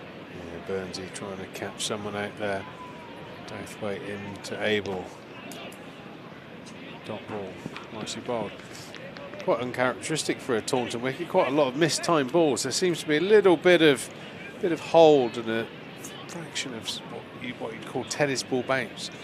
A lot of balls just bouncing a couple of inches higher than expected, catching the batters off guard. So not a true Somerset one-day wicket, but you'd still think Somerset fancy this target of 177. What Great a catch! shot and what a catch! Douthwaite's having an absolute night out here in the southwest. What a celebration, and why wouldn't you after a catch like that? Diving, one-handed to dismiss Tom Abel. Yeah, we talked about Tom Curler-Cadmore's catch in the finals day, the win at Essex. Well, that's right up there. That's probably better, actually. The follow-through, the left hand sticking it out. Tom Abel's hit that fairly clean, fairly well. Sponsored by Glamorgan, 58. Sean Dixon. Down genuine all-round. He's done so well to get there and then keep it in as he's dived. Might land with his elbow, could have popped out. And Sean Dixon, again, number 5, needs to get Somerset out of a bit of a hole. Catch that, very goalkeeper-esque. Save the penalty. Very well to hold on to that. Again, high on the bat again, suggesting there's a little bit of tennis ball bounce out there. Not timed. A lot to do there. Dixon to the crease. There's been some potentially harsh criticism of Tom Abel this year, and Tom Lammonby's been waiting in the wings. He's come in and done well, and he's got an opportunity. James Rue did well at finals day, coming in, made his T20 Blast debut at finals day. Great start. Thomas Rue, of course, has now got a full-time rookie contract. So many other options, but Tom Abel has been the glue at number 4 for Somerset in T20 cricket for a little while now, but a little bit lean on runs.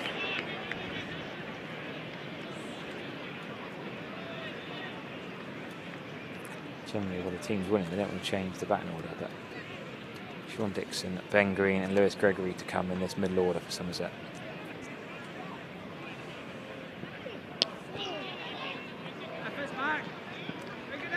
Simple shot there from Dixon to get off the mark. Another tough week for him in the championship. But this is the format Matt he thrives in, as Rob is also thriving somewhere around the ground tonight. I'd like you to all meet Henry. He is a massive cricket fan and I'm told a very, very good cricketer at Super Ones in Barnstable. Henry, it's so lovely to meet you. Can you tell us what Super Ones is like, please? It's really fun and it's the only place I feel like I belong and there's a few people there. Brilliant. So, you're a big cricket fan, you're here with your mum and dad tonight. You've been cheering the team on, so let's give Henry a big round of applause in the Ondarchi. Here he is. Change of bowling from the River End 11, Andy Gorvin. Good night, Gorvin into the attack from the River End. Bowls a lot of licorice, all sorts. Knuckle balls, slower balls, stock deliveries. I don't think he's got really much pace, so he's a batting probably set for the slower deliveries. Couldn't have put him into the Benny Howell bracket. Yeah. Skiddier, shorter, Benny Howell. Doesn't bat quite as well. But I do remember a 50-over game here a couple of years ago. Andy Gorvin was on strike with Glamorgan needed 6 off the last ball to win the game, and he had a beautiful shimmy down the wicket, straight drive for 1 bounce 4. A yard away from winning the game in style for Glamorgan off the last ball. That was a thrilling one-day cup game. He's been a bit in and out of the side for Glamorgan in all 3 formats. The 5th bowler used tonight. Ben Kellaway still not required, of course. Willie bowled right or left arm first. I reckon he'll bowl right arm off each, but has bowled a bit of left arm spin in the blast in the past.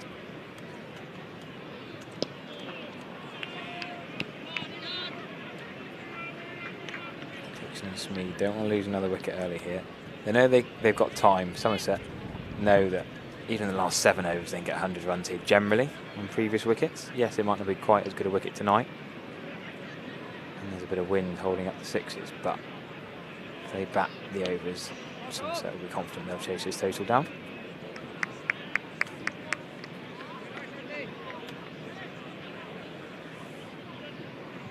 Don't want to first pass 69, interestingly, so Somerset 21 runs behind where Dalglish thinks they should be. 3 wickets doesn't help. Yeah, Glamorgan definitely on top at the moment. Somerset haven't quite been at the races.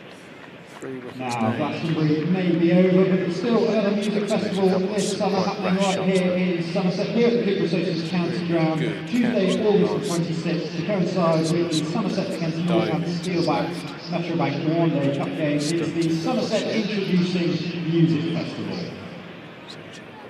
To do, thanks to WPA Health Insurance for continued our live stream. Got a change of bowling. Marcus Roscoffing stand end. Kellaway into the attack. There he is.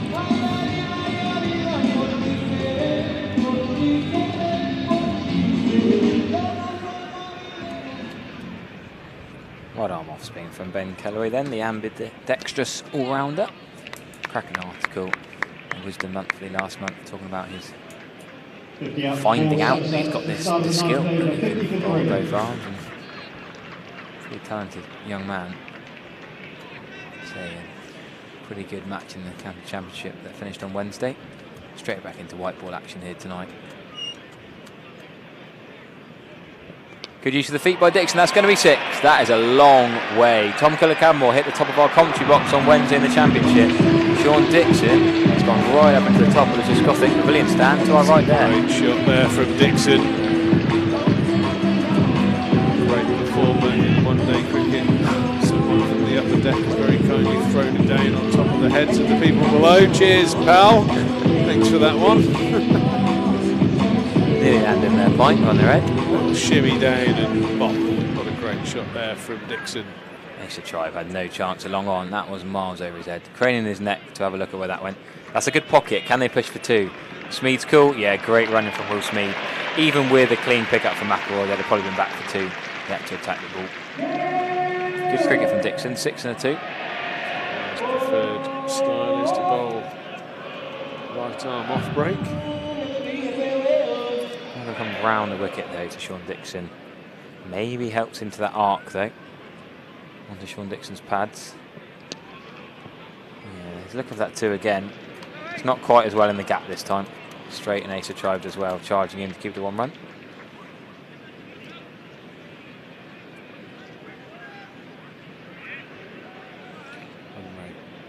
Up to 10.5. Glamorgan doing well here. Oh, it's a poor delivery that from Kellaway. Will Smead doesn't miss out on those. Many mile back into the stand. It's gone over the indoor school, that one. Bounce on top of the Caddick Pavilion. Bounce over Virginia, the health and safety lead. It's just looking, where's that gone? What's that hit? Bounced over the indoor school towards the collar factory. Might have landed on the top of Richard Bryce's new shot. They'll bring the new box of white balls out. Now, Sean Dixon, I remember interviewing him after play a couple of T20s ago, and he was saying, we're comfortable, the rate being 11, 12 and over doesn't worry us at Taunton. We know the last few overs, that's absolutely fine. Well, with those 2 6s in the over, it's now down to exactly 10 and over. Billy Root, the 12thers, bringing out the balls. He had 100 for the 2s in the week. About at number 5, that's Glamorgan 2s and a T20 against Worcestershire 2s. To get a T20 ton from number 5 is good going from an early collapse. He's not quite made the side tonight still. Can't be far away. Another brilliantly run 2. Really good over this from Somerset. Could this over swing things? 2 6s, 2 2s, and it's really good cricket from both Dixon and Will Smead. Not a bad over that. As you say, 2 6s and a Desmond. 9 has gone, 67 for 3. Plenty of fun being had at the Cooper Associates County Ground. So trying to chase down that 177 needed.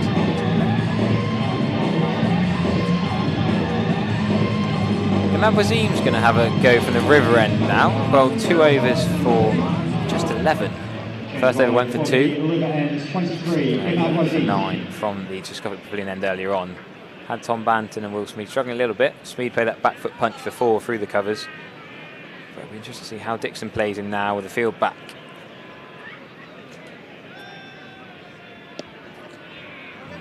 Wasn't probably could have got that, stopped that, going for 1, but Smead was slightly in his way. Doesn't mind going for singles though. Same field for both batters. 3 back on the leg side, long off and a deep cover.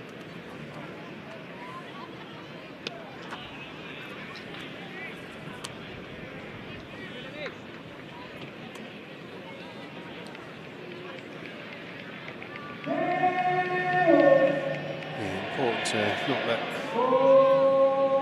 Wasim settle, but certainly one of the bowlers you need to pay some level of respect to. Gets wickets all over the world wherever he plays. Very unusual sort of release point. So we just hear that Will Smead has just passed 2,000 T20 runs. Plenty more to come. Yeah, good effort from the young man breaking into that T20 blast side just a few years ago. Got his chance to play a little bit in the Middle East T20, played a bit in the SA T20. Got his cemented spot opening the batting for Somerset with Tom Banton. Crucial now on 37 not out. He's hit that high in the air. Is Long On going to get there? No, he's not. The James Hilder stand have a catching chance and they've dropped another one. They're taking the rebound, but that doesn't count. Beware in the crowd. If you're listening on the earpiece, make sure you're ready to take that catch. Always had enough enough on it. Those bulging biceps of Will Smeed, anything into length. That arc is his scoring zone. Hildreth stand gets peppered when Will Smeed gets going. He's on 44 off of 28 balls, the end of Imad Razim's third over. Somerset 77 for 3 at the halfway mark for comparison to stage Glamorgan 71 for 3, and a big congratulations in order to Will Smeed, who during this innings has passed 2,000 T20 runs for Somerset. Charlie for his 5 overs or so. Hit your mortgage for 6. Scan that QR code on the screen.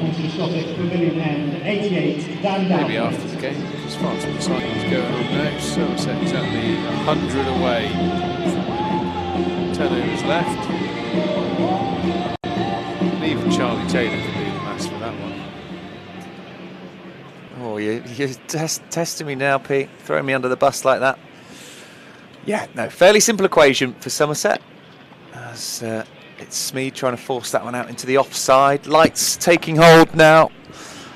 But got a bit cloudy, no chance of rain, but it is a picture, isn't it? Somerset, Taunton under the lights like this. I love a Friday night T20. Yeah, they are something to behold, that's for sure. All the clubs around the country make a big effort for these sort of events. The crowd love them. Full house here at Taunton. Seeing some decent cricket. These two just brewing a nice little partnership here. Dixon's had a few balls to get himself in. Hit a beautiful 6 already, but oh, that was massive, wasn't it? Yeah, Will Smeed's just come down the gears, which I like. You know, he's 30 balls, 45 at the moment. He's just waiting for someone just to click with him and get a little partnership together. I think one sizable partnership pretty much puts this game to bed, but should be enough, shouldn't it? It's easier said than done. There's still plenty of work to do. 98 to win off 58 balls.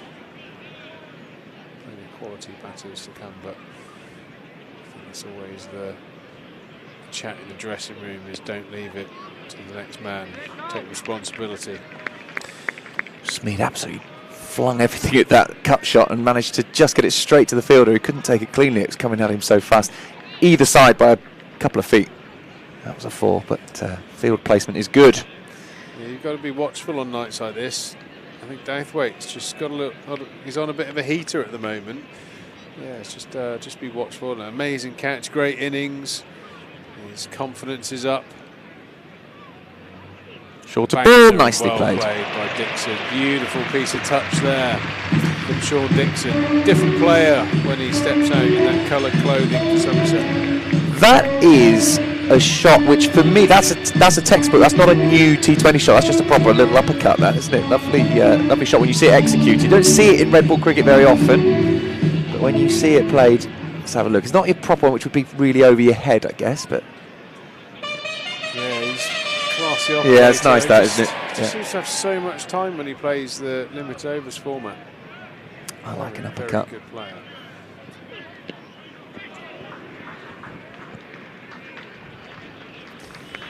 Single on that one though. Yeah, they've done well. Given they were 3 down with just 44 on the board, Somerset needed to be a bit watchful, just needed to be careful and rebuild. And they've done well, these two. 41-run partnership so far. We've seen some big hits in that, but mostly it's been 1s and 2s. Pitch not seemingly offering up the opportunities for big hits as much as normal here at Taunton. That one again is only going to be 2 maximum. I think they'll only get 1 actually because it went to the fielders so quickly. Yeah, just the timing doesn't quite seem to be there for both sets of batters so far. There is just a little bit of hold in the pitch. It has been a very dry few weeks. It surprised me if that pitch is a little bit crispy on top. Now see, here is an expert of pitches talking. Earlier on today we had Harry Everett doing the pitch. Did you notice that, Harry? Did you say that it was so dry that it was just beginning to crisp up a bit on the top? I don't know. We need to watch that back, don't we? It's just decades of experience, Charlie. That's it. You can't train for it. That's true. You've either got it or you've not.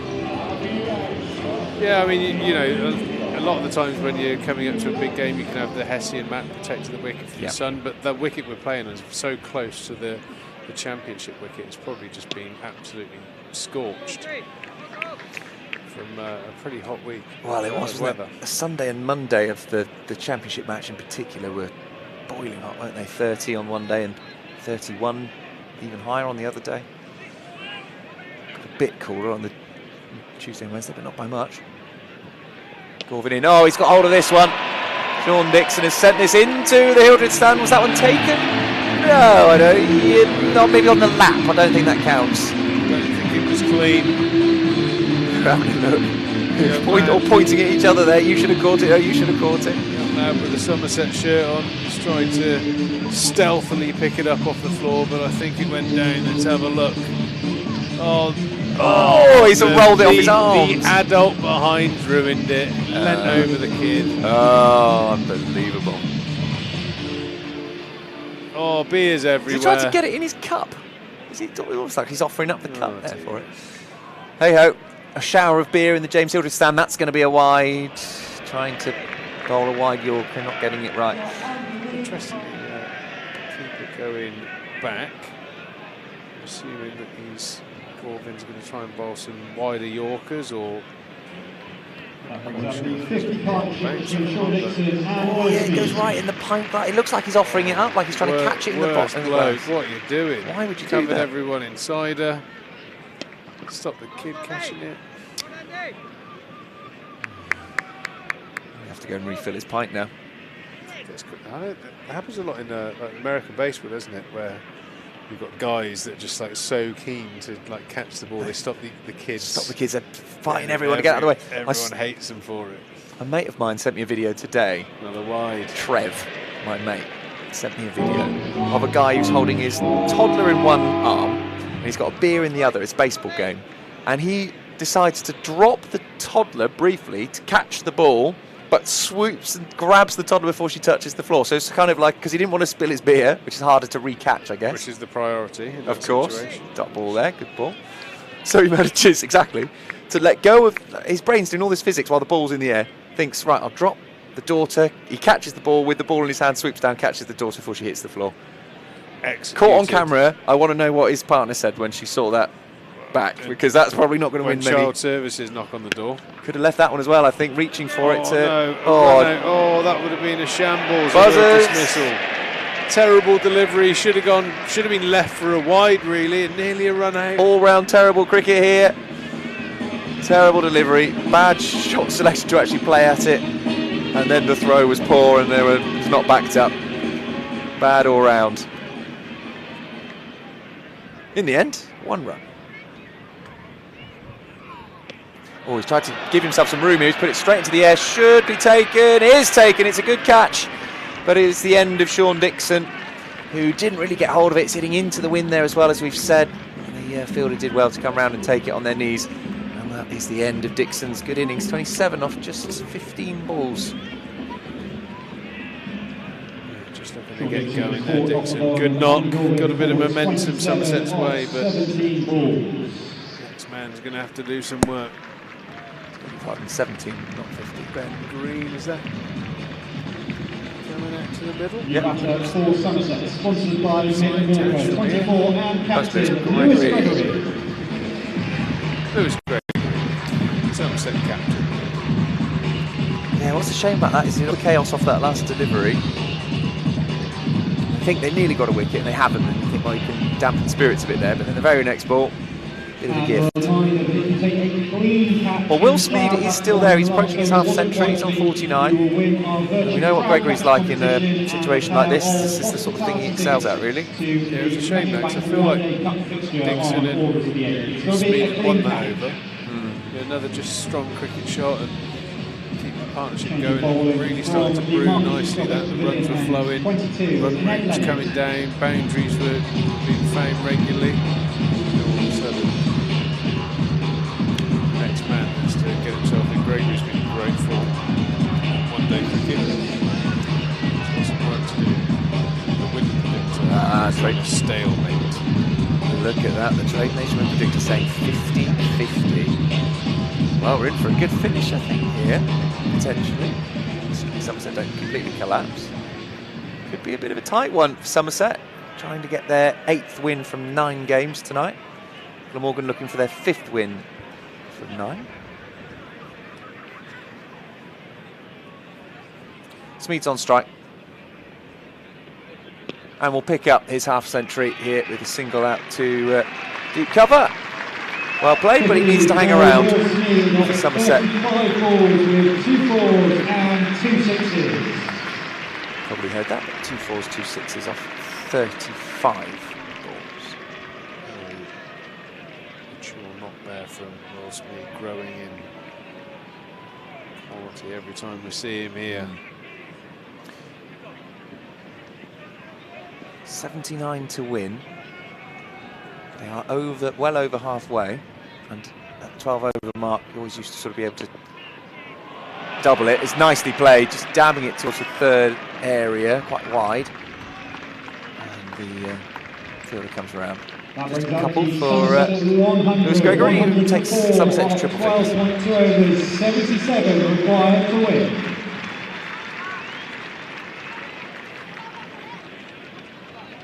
Partnership required pretty soon. It's amazing how quickly those run rates dramatically change. A couple of dot balls and it starts to spike. Still 10 and over. Somerset keeping on top of it, but those wickets have fallen. Now his own edge, yes. Umpire says yes, Gregory goes. Well, Glamorgan have now cleared half of the players that they need to get. 5 down.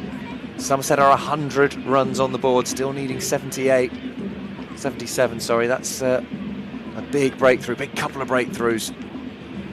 Dixon then Gregory, very important players in this Somerset lineup. Lewis Gregory off the ball with Ned Leonard picking up his 3rd. Lewis, bat ball, not quite at the races today. The Somerset captain, Ben Green, into the 54. Ben Green. Action now.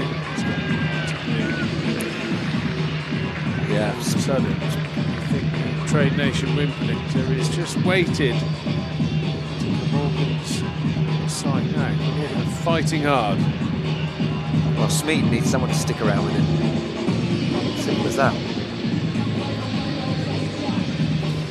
The prodigy echoes around the Associates County ground. They played a classic. That was worth watching. That was fantastic. Well, I wasn't there for that. I missed it. Went to the Maccabees instead. You missed Keith, didn't you? Keith, they did. I thought they did a lovely piece during Fire started, didn't they? But yeah, it's not quite the same though.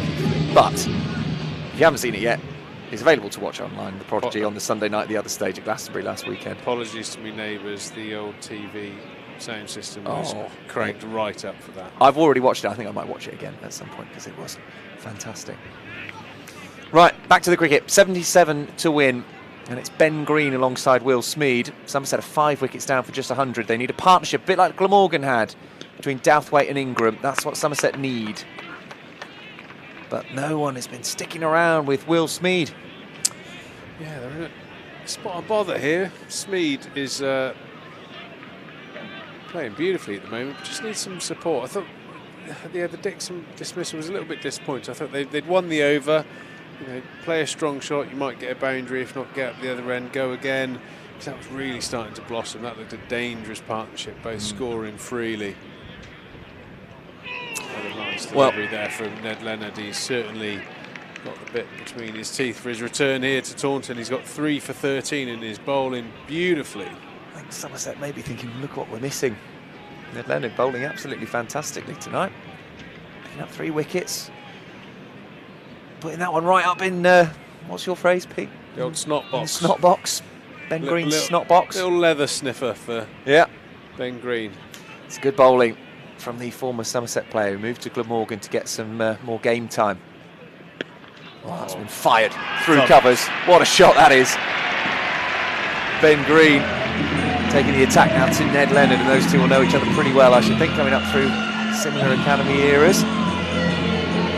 Crunching shot there from Ben Green just to get clear the motor running. You see that replay, short, wide. Gosh, what a great shot that is. Yeah, I think that's Ned Leonard's always showed real promise. He bowls with pace. He's bowled a few too many of those, but it's good to see that tonight he's less of those sort of short wide deliveries. He's really honed in on the stumps, and it's like getting consistent with the first team cricket's really paid dividends for him. So fair play to the lad. Yeah, and brilliant, you know, for Glamorgan. That's a fantastic signing as well. Spotting those players coming up through academies that aren't able to get into the first team of where they are.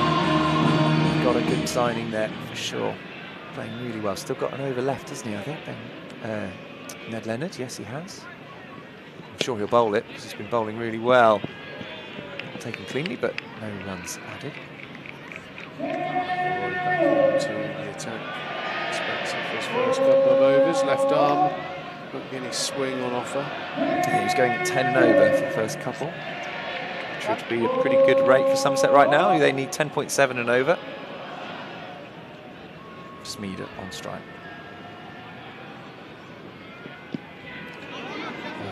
Thick inside edge there onto the pad. Will Smeed going for the slog sweep into Morrison's nil connection or minimal connection. Sending that one into the freezer aisle, that's what he was trying to do. In the end, he didn't even get it off the square. Some low sunshine in the box now. You're getting hit up by that, aren't you? Right in your eyes. Just sort of hiding behind your beautiful curly head of hair. That's a lovely shot. Lovely bit of touch there from Ben Green. Last over he showed he's got the power. So he showed he's just got a bit of quality as well. Got some. I was given some very bad news recently. My hairdresser's left the country. Oh, no. She's gone. I think I was too much. She's emigrated to the Ivory Coast, genuinely. And I haven't found a new one yet. And I'm thinking maybe that's a sign. Maybe I just let it grow now. What do you reckon? Let it grow. Let it grow. McIlroy's in. This is another sort of forward-looking drive shot. Comes off the edge and goes through backwards point for a single. Fielding out there. They were pushing hard, the Somerset batters. Yeah, I'm thinking about letting mine. Should we do it together? Should we do a sort of long hair thing? Yeah, I think it's fist. Okay, we're done. We bash fists on it, me and Charlie. You're not having a haircut until... Well, 2026. Okay, September. Yeah, fine. September's good. Let's give it a couple of months. That's 2 months. Yeah, okay, 2 months. Let's see where we are in 2 months. I think maybe when we're off air, we need some rules of engagement. Yes. Smeed. Yeah, I think it might be one into mid-wicket. What are you allowed to do? Some tidying up stuff. No haircut until 2026, but you're allowed to just like trim the bits. Trim the bits. I can't be dealing with that. No. You're allowed to trim around your bits. I'm happy with that. Yeah. Yeah, because okay. you know, I had a bit. You did. You used to have quite long locks not that long ago. Now mine's very curly and wavy, so I'm not sure. I think you'll look a lot better than me, which is always true, to be fair. So that is in the air through point, lands on the ground safely and rolls through to the fielder. Comes around. Oh, there could be a run-out chance. The throw's not that good. It's hard. It's a long way out there, but in the end they come back for two. Well run. Strong throwing arm from Dowthwaite. He's definitely had his 4 Weetabix this morning. Absolute rocket from the boundary.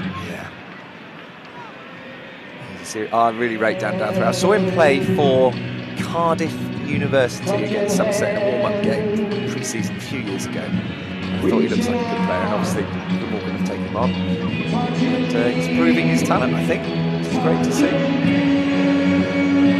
Zine back into the attack from Scott at stand-by.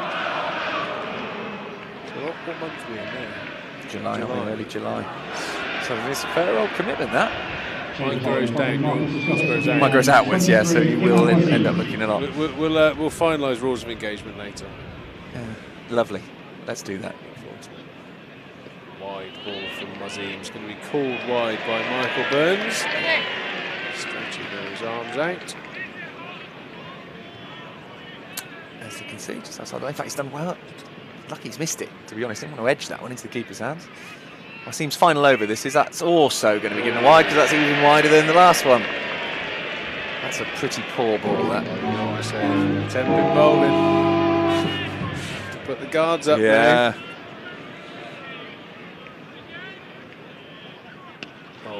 Flubbed it. Straight down the ground and luckily not well timed at all from Speed, who seems to hold the key to this game. There's a couple of dangerous strikers coming in, but really needs Smeed to bat, certainly at least until the 18th, 19th over. Can't lose him now.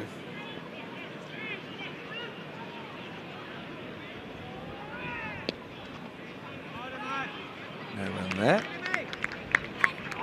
Still palatable at 10.8 at the moment. Well, that's it, isn't it? It wasn't an unachievable score, but you know, if they'd made 200, Somerset would be really up against it here. But 176 is gettable. Just got to play sensibly, punish the bad balls. This will be a couple here. Well run, and that's another thing they've got to do. Yeah, I think if this gets close already, I think Somerset, in particular Will Smeed, have already nicked 3 or 4 twos. Yep. They add up. He's a super fit, very quick runner between the wickets. Smeed is, well, athlete-wise, he is one of Somerset's absolute top performers, isn't he? And he's strong as well as fit. Coming forward to that one is Ben Green. His teammate, quite a good partnership, really. 2 young Somerset players. 2 more balls of the experienced Wazim, Swansea boy. Speed on 53.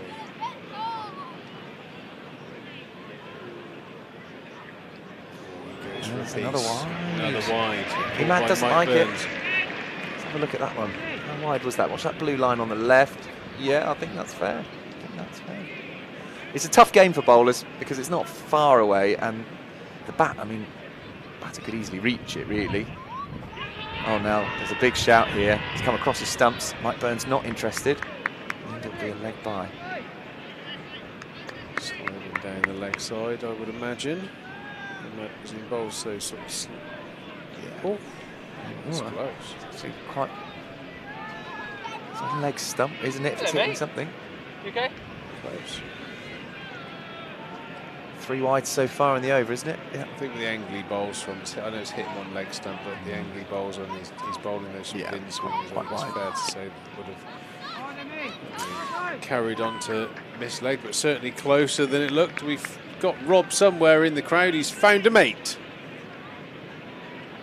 5 overs to go. I've got Somerset members Simon and Beatrice alongside me. Beatrice, what an incredible hat, signed by the likes of Colin Dredge, Peter Roebuck, Mark Davis, all the greats from years gone by. Simon, this has got a bit of a history, hasn't it? That's right, yeah, it was my grandmother's hat from the 80s, always brings Somerset luck wherever we go. Good stuff. Are you keeping it out of the museum for now? They're eyeing it up. Oh, absolutely, it's staying with us, but we like a new one signed by all the team nowadays.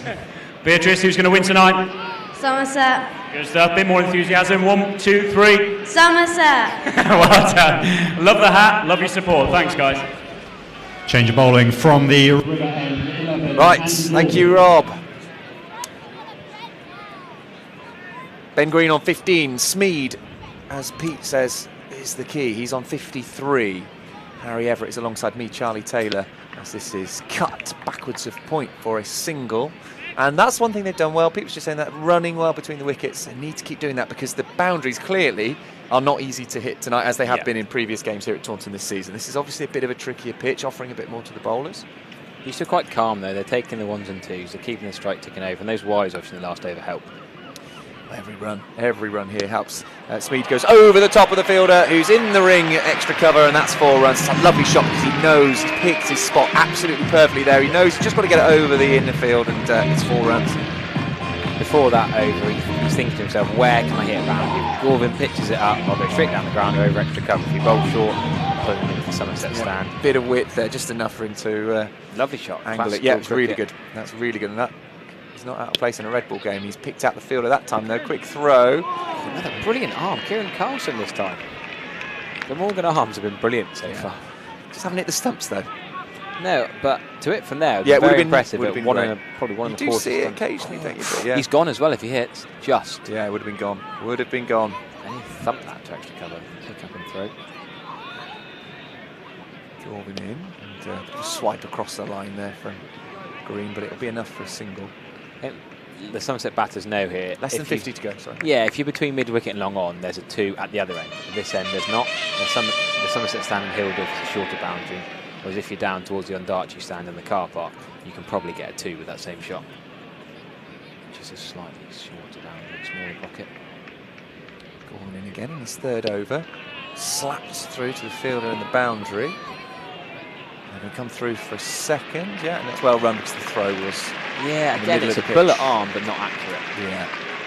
They're attacking the ball well, they're throwing it hard, but they're just not quite getting the accuracy to the stumps. 2 runs there is very useful. So already this over's gone for 5, 6, 7, 9 with the ball to go, and that's there's only one boundary. Yeah. So well, one boundary, of course. 9 with a, that's the rate is 11. So as long as you get something off this one, which they will get at least 1. Oh, it's going to go for 4, is it? No, the field will get round. There's a bit of a misfield there. They'll pick up 2. So they go there on the rate. You wanted, yeah. It's the 11 off the over and only 1 boundary. So they really do only need 1 boundary, but as long as they keep milking the field like that. And the more they do that, the more bit of pressure. Then suddenly Glamorgan might slip in a full toss. They might slip in a bad ball or an extra wide. So they're playing really sensibly here. This is brainy cricket. I think Somerset have not been at their best tonight. I think that's fair to say. Yeah. And they've had a habit this year of winning when they're not at their best. And that is a sign of a very good team. A very good team. You look at any sport, teams at the top of the table, you can't be your best every week. You can't play well every week. Someone stands up. There's so many batters in this lineup. Lewis Goldsworthy, don't forget. We're back to a border for Leicester here on those. Somerset still got Overton, Goldsworthy, quite a quick 30. And Henry hit 41. Yeah. And then opened the batting. Yeah, the less said about his opening and batting that one over, the better. Like it was pretty awful. Smash 4 for the Covers first ball. Then Hamid sent the field back. Yeah, and then he just missed a straight one. Anyway, here comes Douthwaite jogging in. It's more of a jog than anything else. Should be a 2 here. Can they get 2? Ben Keller attacks for well. No. Fair play. Again, good off the line attacking the ball from the Glamorgan fielders. You playing this weekend? Yes. Silly question. Temple Cloud tomorrow. Oh, yeah. Temple Cloud, last part of the county. Lovely. Yeah. And then playing first North Devon League game for a while at Knights Hayes. Oh, we've had to commentate the last 3 or 4 Sundays. So back in North Devon League action. Lovely stuff. Knights Hayes is a nice ground. Watched a bit of cricket there before. Probably even seen you play there, maybe. Down the ground. There's a fielder there on the boundary rope. Who will make no mistake. That's Ace of Tribe down He's very there. confident about a long barrier, mind. I know they pick it up fairly well on. Yeah, sort of I would never do that. For me, always long long barrier. Get yeah. body behind the ball, so even if my hands aren't good enough, at least the body takes the blow. Look at that sunset angle. I'm sure Harry Champman will be all over that. Oh, brilliant photographer here. Gave an earpiece the other day, so he should be listening. He'll be big enough. Oh, the poor boy's got no excuse. He's in bliss out there, probably, when it's quiet. Does he really want to be hollered at by the Somerset stand? He's not getting hollered at. He's a good boy. He's not winding them up, is he? He's a photographer. Down the ground. Not got all the legs on it. Will it be taken? No, but it's a good stop there. Excellent work in the deep. I think that's a sub-fielder. Yeah, Tom it is. Bevan. Tom Bevan. Yeah, good spot. Very good. Well, he's already done a great favour for his team there, because had he went for the diving stop, potentially the catch. I think. Let's have a look. Yeah, he didn't quite. It's a diving stop, but even then, you're easy to miss. Could easily run over his or gone under his hands for 4. He's done the right thing, isn't he? Gone with 2 hands. If it does carry, he's there to catch Yeah. it. But he's just scooped it and saved. Yeah, saved 2 runs there. Couple Lovely of shot runs. from Green though. Unlucky to not get 4 for that. Fancy a 4 maybe this time. Oh, he's backed away, giving himself some room, and he's got it. Yeah, he felt a bit like he should have had one there, the last one, and he's managed to find a way to get one through the covers this time. Good shot, good work on the crease there, moving back into himself the room, backing himself to the full. This is where Ben Green, I think, has really improved as a three-dimensional cricketer, really, in the last couple of years. He used to be a bit like Smeed, really, both of these two, very strong over mid-wicket, front foot and back foot. We've seen Ben Green tonight, back foot punch Ned Leonard for 4 through the covers. There go cover drive off the front foot for 4. Yep. He's scoring in more areas now, not just whacking over the leg side. Douthwaite in again to Green. Again, giving himself room, and he's missed that one. I can't have missed the stumps again. We've seen some very close to the stumps tonight. That's the problem with premeditating. Sometimes it helps, but that actually, if he stays where he is, he can cover drive that for 4. But because he's gone leg side, he's actually missed out on a full toss. In the end, it's come in and nearly hit off stump. If he stands where he is, he can pump that low full toss through covers for 4. 36 off 19. The run rate 11.4. Somerset got to be a bit careful here. They'll fancy boundary this last ball. They can't afford too many dot balls. So far this over. Oh well, it was there. It was there to be hit. Slower, slightly pace off there from Douthwaite. It's bowled nicely actually. 1 for 22 now. So it's like 9 off the over again, just about keeping them in touch, but the run rate moves up to 11.7. They need a big over. They've got time for that. Well, they've got 6 overs to go. Can't see anything on the screen with anything like that. We've got 14 overs down, right? 16. No, less than that. 3 overs. Half. Oh yes, because you came in at 15. Well, I think we're going to go to the left arm of McElroy here. McElroy, he opened up from the river end. Hit 11 off his first over. 9 off his second, so he went for 20 off his first 2. What can he do here? Jamie McElroy, left arm over.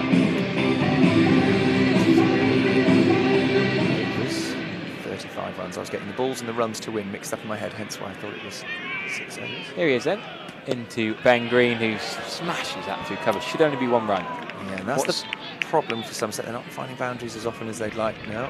Yeah, Glamorgan on a little misfield just to give Somerset a lift. They'd love to hit a 1 or 2 out to a boundary field to get a bonus 4. Suddenly there's a bit of pressure on Glamorgan. You know, Laius Deploy had a bit of a stinker the other night for Middlesex. A bit of a stinker. Wow, it was the worst individual performance on a cricket field I think I've seen. What did he drop? He dropped 3 dollies and caught a no ball. And got, he caught a no ball, dropped 3 dollies, and then was it a duck he scored? Hit Brilliant them and he's gone. fielding. Kieran Carlson, absolutely superb fielding. The captain leading by example. I've been really impressed with Glamorgan in the field. What an arm that was. Ben Green knows that he was okay. He went to the keeper's there, but Will Smeed was in trouble. Smeed is on 64 now.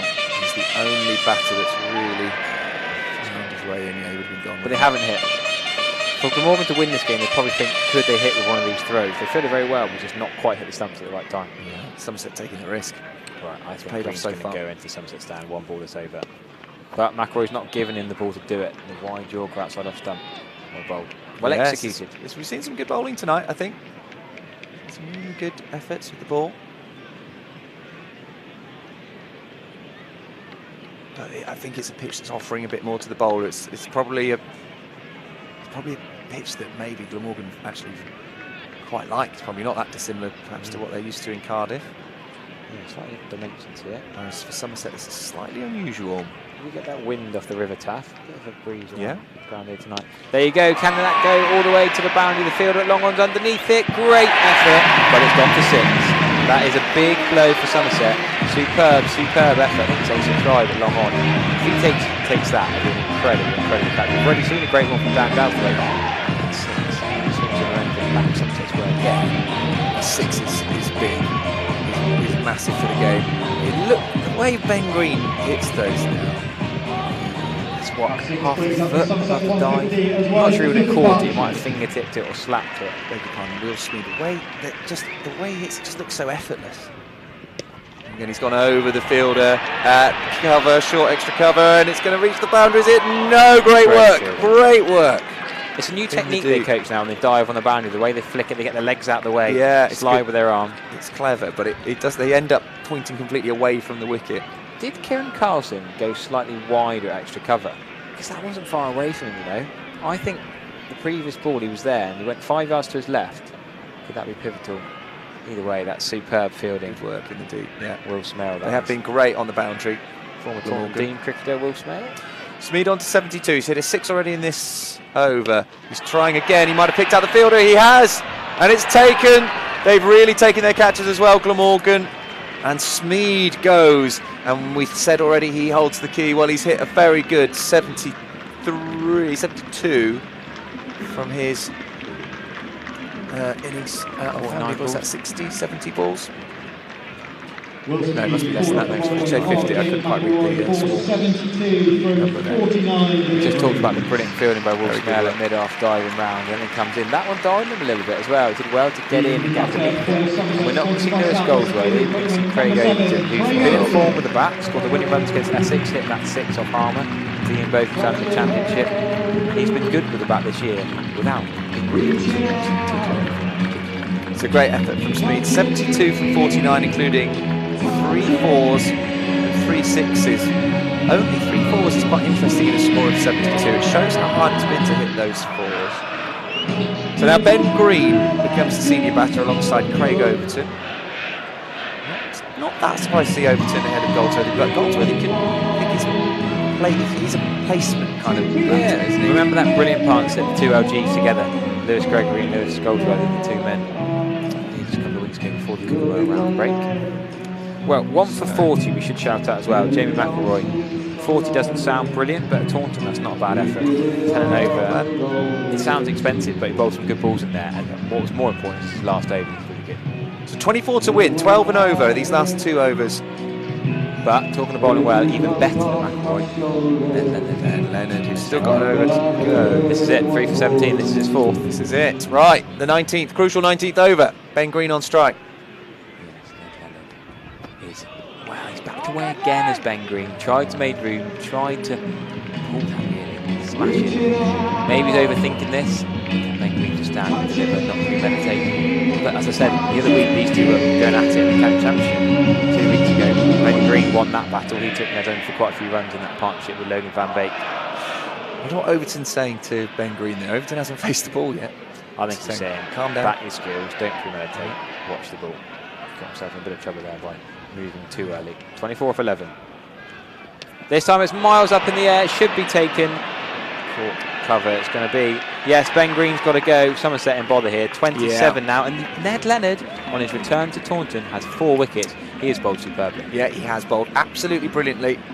And Somerset, as you say now, are in real trouble. 24 runs still needed, 2 dot balls, one of them was a wicket, and that's the set batter gone. So we've got 2 batters there, Goldsworthy and Overton, who haven't faced the ball, and they still need 24 from just 10 deliveries. This is tough stuff. Can Somerset pull themselves through this, or a Glamorgan on for a rare win at Taunton? Yeah, 17, remember? 4 out of 19 games they've won here. That's a great celebration. Catch is well taken actually, the skipper, tape all over his fingers, he's been an extra cover most of the game. But we've got to mention Ned Leonard, how well he's bowled. Yep. He had a habit of bowling at sort of back of a length to get hit in one-day cup games, championship games. I remember in the COVID year he played the championship game at Hampshire, went for Lewis Gregory last minute. He didn't quite get it right enough times for Somerset. Got some criticism, got some tap, but he's gone away to Glamorgan, worked really hard at his game, and looks a much improved bowler. And he's always had the great attributes. It's really nice to see him bowling so well actually. Leonard in to Goldsworthy it is. Oh, I don't think he stepped away. It's backward point. Backward point's apologising 3 times. But Goldsworthy didn't seem too phased, right? No. I think Ned Leonard in his run-up. Unless the umpire said no, hang on a minute. Interesting though then, if the cut-off time, is this going to come into it? 9:21, no, it should be fine. 4 minutes to bowl, 4 balls, shouldn't be an issue. No. Unless Ned Leonard takes 2 more wickets, but then you'd thought Glamorgan will win anyway. Probably won't need a rest of those. Oh, as this is in the air. Fielders underneath it, but they won't get it. Into the screen. Lewis Goldsworthy has hit a 6 off his first ball, and this game is still alive. Pushed down to number 9, so they don't reckon he scores quickly enough in T20 cricket. Well, Craig Overton, who was ahead of him, hasn't yet faced the ball. A bit top edge, but it doesn't matter. Doesn't matter. Leonard's given him that length. Don't forget, the wind over that is going that way, so if you can get it high enough, going, the wind will help you a little bit. Just get a bit of height on it. It's funny, because that's the ball I talked about, Ned Leonard. He bowls really well, and one short ball can just ruin his spell, ruin his over. 18 to win. The run rate back down to 12. What have they got? 9 balls to hit 18 runs. Does he keep going here, or now he's got the 6 first ball? What, get a single? Get Craig Overton on strike? I think you keep keep going. When it's 18 at this stage, I think you just try and hit every ball to the boundary. If you had 6 overs left, different story. You might edge it, especially because short thirds come up in the ring now, so any edge is probably going to go for 4. Oh, he's targeting a similar area this time along the ground. They come just a single. That's not the end of the world. Craig Overton might fancy a bit of a hit here. You always feel hard if Ned Leonard gets whacked these last few balls. He bowled so well, and his first 3 overs has pretty much won Glamorgan the game. I feel, and then could potentially his last over losing the game. It's a tough gig. 17 off 8 balls. That's the situation.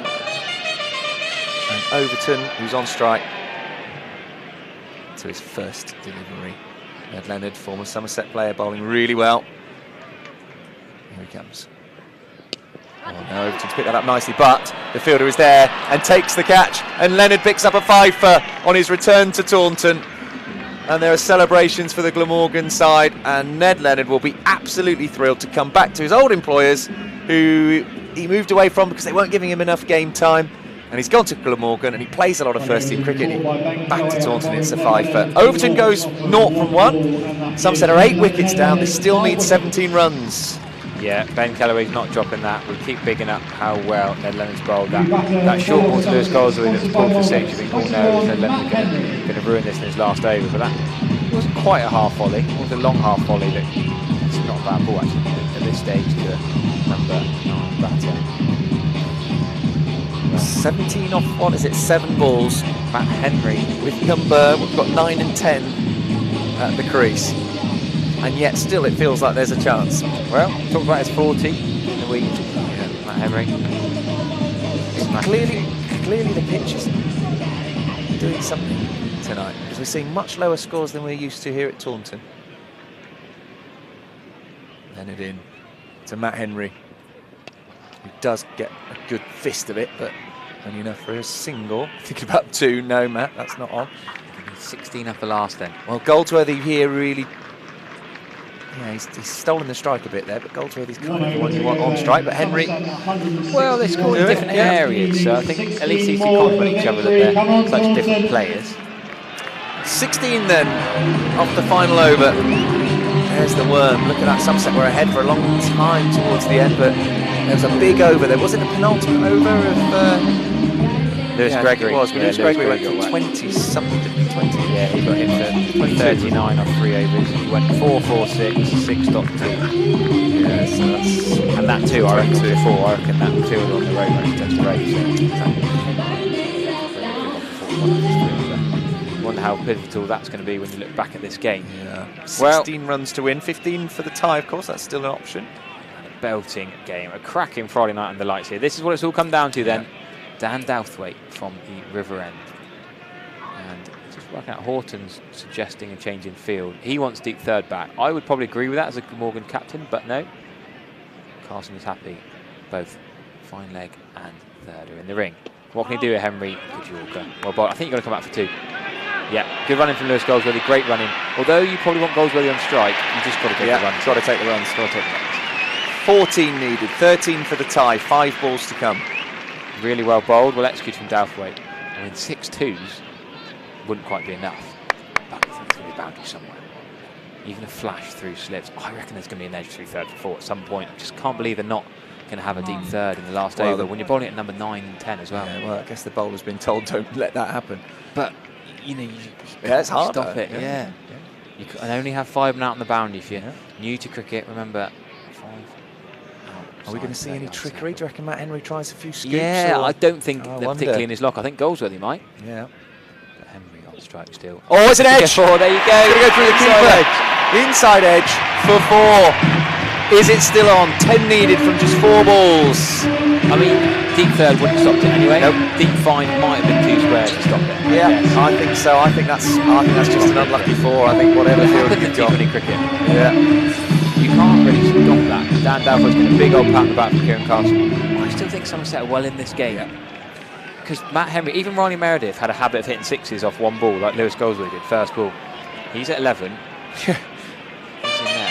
Well, I'm hoping that we don't see Ronnie Meredith, but you never know.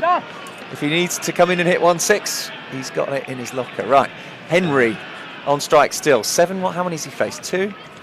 3 balls he's faced. 10 needed. Well bowled again, good execution of that Yorker. They hold on to the ball, they don't want to give away runs here. Goldsworthy on strike, so what do they need? 9 off 3. What a brilliant game of cricket this has been. Yeah. The lower scorers in T20 cricket are often the best. The best. I agreed. And this is one of those sort of 175. Really. Some of the best test matches are those 120 plays 140, plays 150, plays 170. Yeah. Yeah, although I have to say that one at was it Headingley last week? I can't remember. That was Headingley, was it? That was great, and that was a high scorer, but it was a very good game. That so. Same the T20s where it's a little bit nip and tuck. Fantastic Kieran entertainment. Carson is sticking to the same plan to Lewis Goldsworthy. Both men behind a square are up in the ring. Douthwaite, what can he do? Wide Yorker again. He gets a full toss. Lewis Goldsworthy can't get it away. He's gutted. That was potentially the ball. If he hits that in the stands, completely changes this last over. Douthwaite's got away with that ball. 8 off 2, 7 for the tie. Quite an even, yeah. Think about the tie. No super overs. They would just share the points. In the T20 Brash, remember? This is tough. They need a boundary. They need a boundary, really. Not Somerset's best bowling and fielding performance. That Tom Banton drop of Dan Douthwaite. Oh, it was crucial, wasn't it? He was dropped when he was on 3, and he went on to make 55. Yeah, 56. 56. Yeah. Henry then. What can he do? No, he's not managed to get the boundary. They're going to have to come back for 2. He might have to sacrifice himself here. All the throws not perfect. Is it good enough though? Yes, it is. He's gone. It's only the one run, crucially. Massive. I mean, Meredith is going to have to come out and bat. Matt Henry's gone. So what do they need? 6 for the tie. He likes hitting right? sixes off one ball though. He's done it before. Matt Henry's still on his knees. Meredith's going to be out there before Henry gets off the wicket. He's not hurt himself. Yes, he's not happy. He's going to have a chat with the... He's got hands on his hips. Is he hurt? He was out. Yeah. It wasn't that far, was it? How close? No, it was close. Somerset 12, Riley Meredith. Full stretch. Great dive. You don't want to do overseas bowlers. No, it's not. It's taken a while to... have Razim, who's obviously played against Pakistan, New Zealand international cricket. Yeah, a bit of a chuckle. Right. So Somerset now, assuming it's a legal delivery. Yeah, if it is, then they can't win the game. They cannot win the game, but they can still tie it. But it's bizarre, there aren't very many number 11s that have a habit of hitting sixes first ball. I think he did it twice. He's done it twice, and he came out the 20th, final ball of the 20th over. Riley Meredith on strike, has to hit a 6 really. But that is quite a good percentage, he doesn't bat very often. So in all his innings for Somerset T20 cricket, 2 of them he's hit 6 on one ball. So Douthwaite just needs to make sure he does not bowl a ball that can be hit for 6. Wide York has been very good so far. Yeah, if he does that, I can't see how Meredith's going to do it. Look at that, they've got a long on, a long off, and a deep sight screen. What an amazing fielding position that is. There's a deep extra cover. Yeah, straight. Everyone's straight. He's going to have to bowl full here. Everyone's straight. Well played, Glamorgan. Going to go for 4. Yeah, it will be a 4, which is not a bad shot, but it's not enough for Somerset and Glamorgan. Oh, yeah, I know. You thought given no ball? No, he's given the 4. He's given the 4. I looked up at one moment, it looked like no ball. Yeah, no, that is a good result for Glamorgan, who finally win here for the first time. You can see what it means to them. It's a massive win. They've beaten a very good Somerset side at Somerset, and they win for the first time since 2017. Somerset were not at their best today, I think that's fair to say. And the pitch offered a bit to the bowlers, which might be a bit more what Glamorgan perhaps used to at Sophia Gardens, but they have done very well there. Somerset only falling just short by 2 runs. Yeah, very close game, great close game. What did you make of it, Harry? I think you've got to say well played to Glamorgan. Ned Leonard, absolutely brilliant. 5 for 25 off 4 overs. I mean, how good to see him coming back and, well, reminding Somerset of what they've lost. Sonny Baker's done well for Hampshire since he's gone away. Nathan Gilchrist has come and done well against Somerset. Yeah, Somerset's loss is Glamorgan's gain, and he's been absolutely superb tonight. Dan Douthwaite with bat and ball. He had 1 for 35 of his 4 overs. He held his nerve in that last over to bowl his 4 overs, but that last one at the death, he held it. And Kieran Carlson's marshalled his troops very well, set the field right. I enjoyed the field setting for that last over particularly. And yeah, sometimes you've got to doff your cap and say well played Glamorgan. They outplayed Somerset at Cardiff last year. Somerset outplayed Glamorgan at Cardiff in the Blast this year, but Glamorgan have played well. And yeah, Somerset didn't bowl their best. That Tom Banton catch was crucial. Yeah, if you're going to look at one particular moment, that drop, Douthwaite on 3 went on to make 56, is a huge blow in the game. If that's taken, it's probably a different result here tonight, you'd have to say, the way that Douthwaite carried on and continued his innings. But a brilliant game of cricket, absolutely brilliant game of cricket under the lights here at Taunton on a Friday. Thanks so much for joining us. There's a lot of T20 cricket coming now into that next block of games, so we will be bringing you coverage, of course, of every Somerset home game, so do join us for that. When Somerset men back in action in this Tuesday at home, Essex double header. Yeah, that's a double header. So there's still tickets available for that one as well. Join us for that one, Essex, who are not having a great season in the Blast. I think that's an understatement. We should also mention Somerset bowler or all-rounder Case Shoulders has also got a 5 for tonight. So Ned Leonard, who's left Somerset, Case Shoulders, who's just on loan for Durham, he's got a 5 from the Blast tonight. So great stuff for Case Shoulders, who did play in the Championship here with the Cooker World in the week. But yeah, Will Smeed as well did very well, but no one stuck around with him. So we were hoping that someone could hang on, keep him company, but no one was able to do that. 72 he made, but it wasn't enough. It wasn't enough. Well, let's hear from him, shall we? The Somerset top scorer in a losing cause, Will Smeed. Thank you very much for your brilliant support tonight. Not the result we all wanted, but a spirited display right to the last ball from Somerset, and a fantastic innings by the man next to me. 72 from 49 in the process, going past 2,000 T20 runs for Somerset. Many thanks to Will Smeed for his time. Will, commiserations. Did you always feel like you could edge over the line there? Yeah, for sure. I think we always sort of, out there, it felt like we were 1 over behind sort of the whole time. They bowled really well and kept us behind. But yeah, towards the end there, when me and Greener were going, I thought a couple good balls and we were right back in it. But yeah, fair credit to them. They were great today and deservedly winners. We've seen scores north of 200, in both innings quite regularly this season already. Why do you think it was slightly, under par, I guess? It was just slightly slower today. I think, sort of looking at it before the game, we felt that would be the case. And yeah, pretty quickly that turned out to be true. So yeah, it was just about trying to adjust to that. They obviously batted first and I think set a decent score, but nothing out of our reach. But yeah, we just probably didn't bat quite well enough in the end. How much were you enjoying being out there under the lights and showing what you could do again? Yeah, it was good fun. It would have been a lot better if we won and getting over the line. But yeah, hopefully we can take some good learnings from that and we go again on Sunday. And full credit to Ned Leonard and the academy here at Somerset, because of course he's one of our own. Yeah, he's a great mate of mine, so obviously gutting to lose, but buzzing to see him do well. Yeah, I think, if someone was going to do well, we'd want it to be him, but yeah, it's a tough one. Will, thanks ever so much for your time. Will Smeed there after he went past 2,000 T20 runs for Somerset, a magnificent innings. Somerset just falling narrowly short in the end by 2 runs. So congratulations to Glamorgan. Good luck for the rest of the campaign. For Somerset, it's on to Hampshire on Sunday, an away game, and then the last home match that you can buy tickets for. It's a double header. It's 2 for Tuesdays. Somerset women take on Essex women at 2:30 here at the Cooper Associates County Ground. And then it's the men. Somerset against Essex, 6:30. If you head to the official Somerset County Cricket Club website, pick up your tickets. Everything else is sold out. It's always a great occasion. We hope to see many of you down here for that. But from everyone here at Somerset County Cricket Club, thank you for your brilliant support once again. Enjoy the rest of your weekend and have a safe journey home.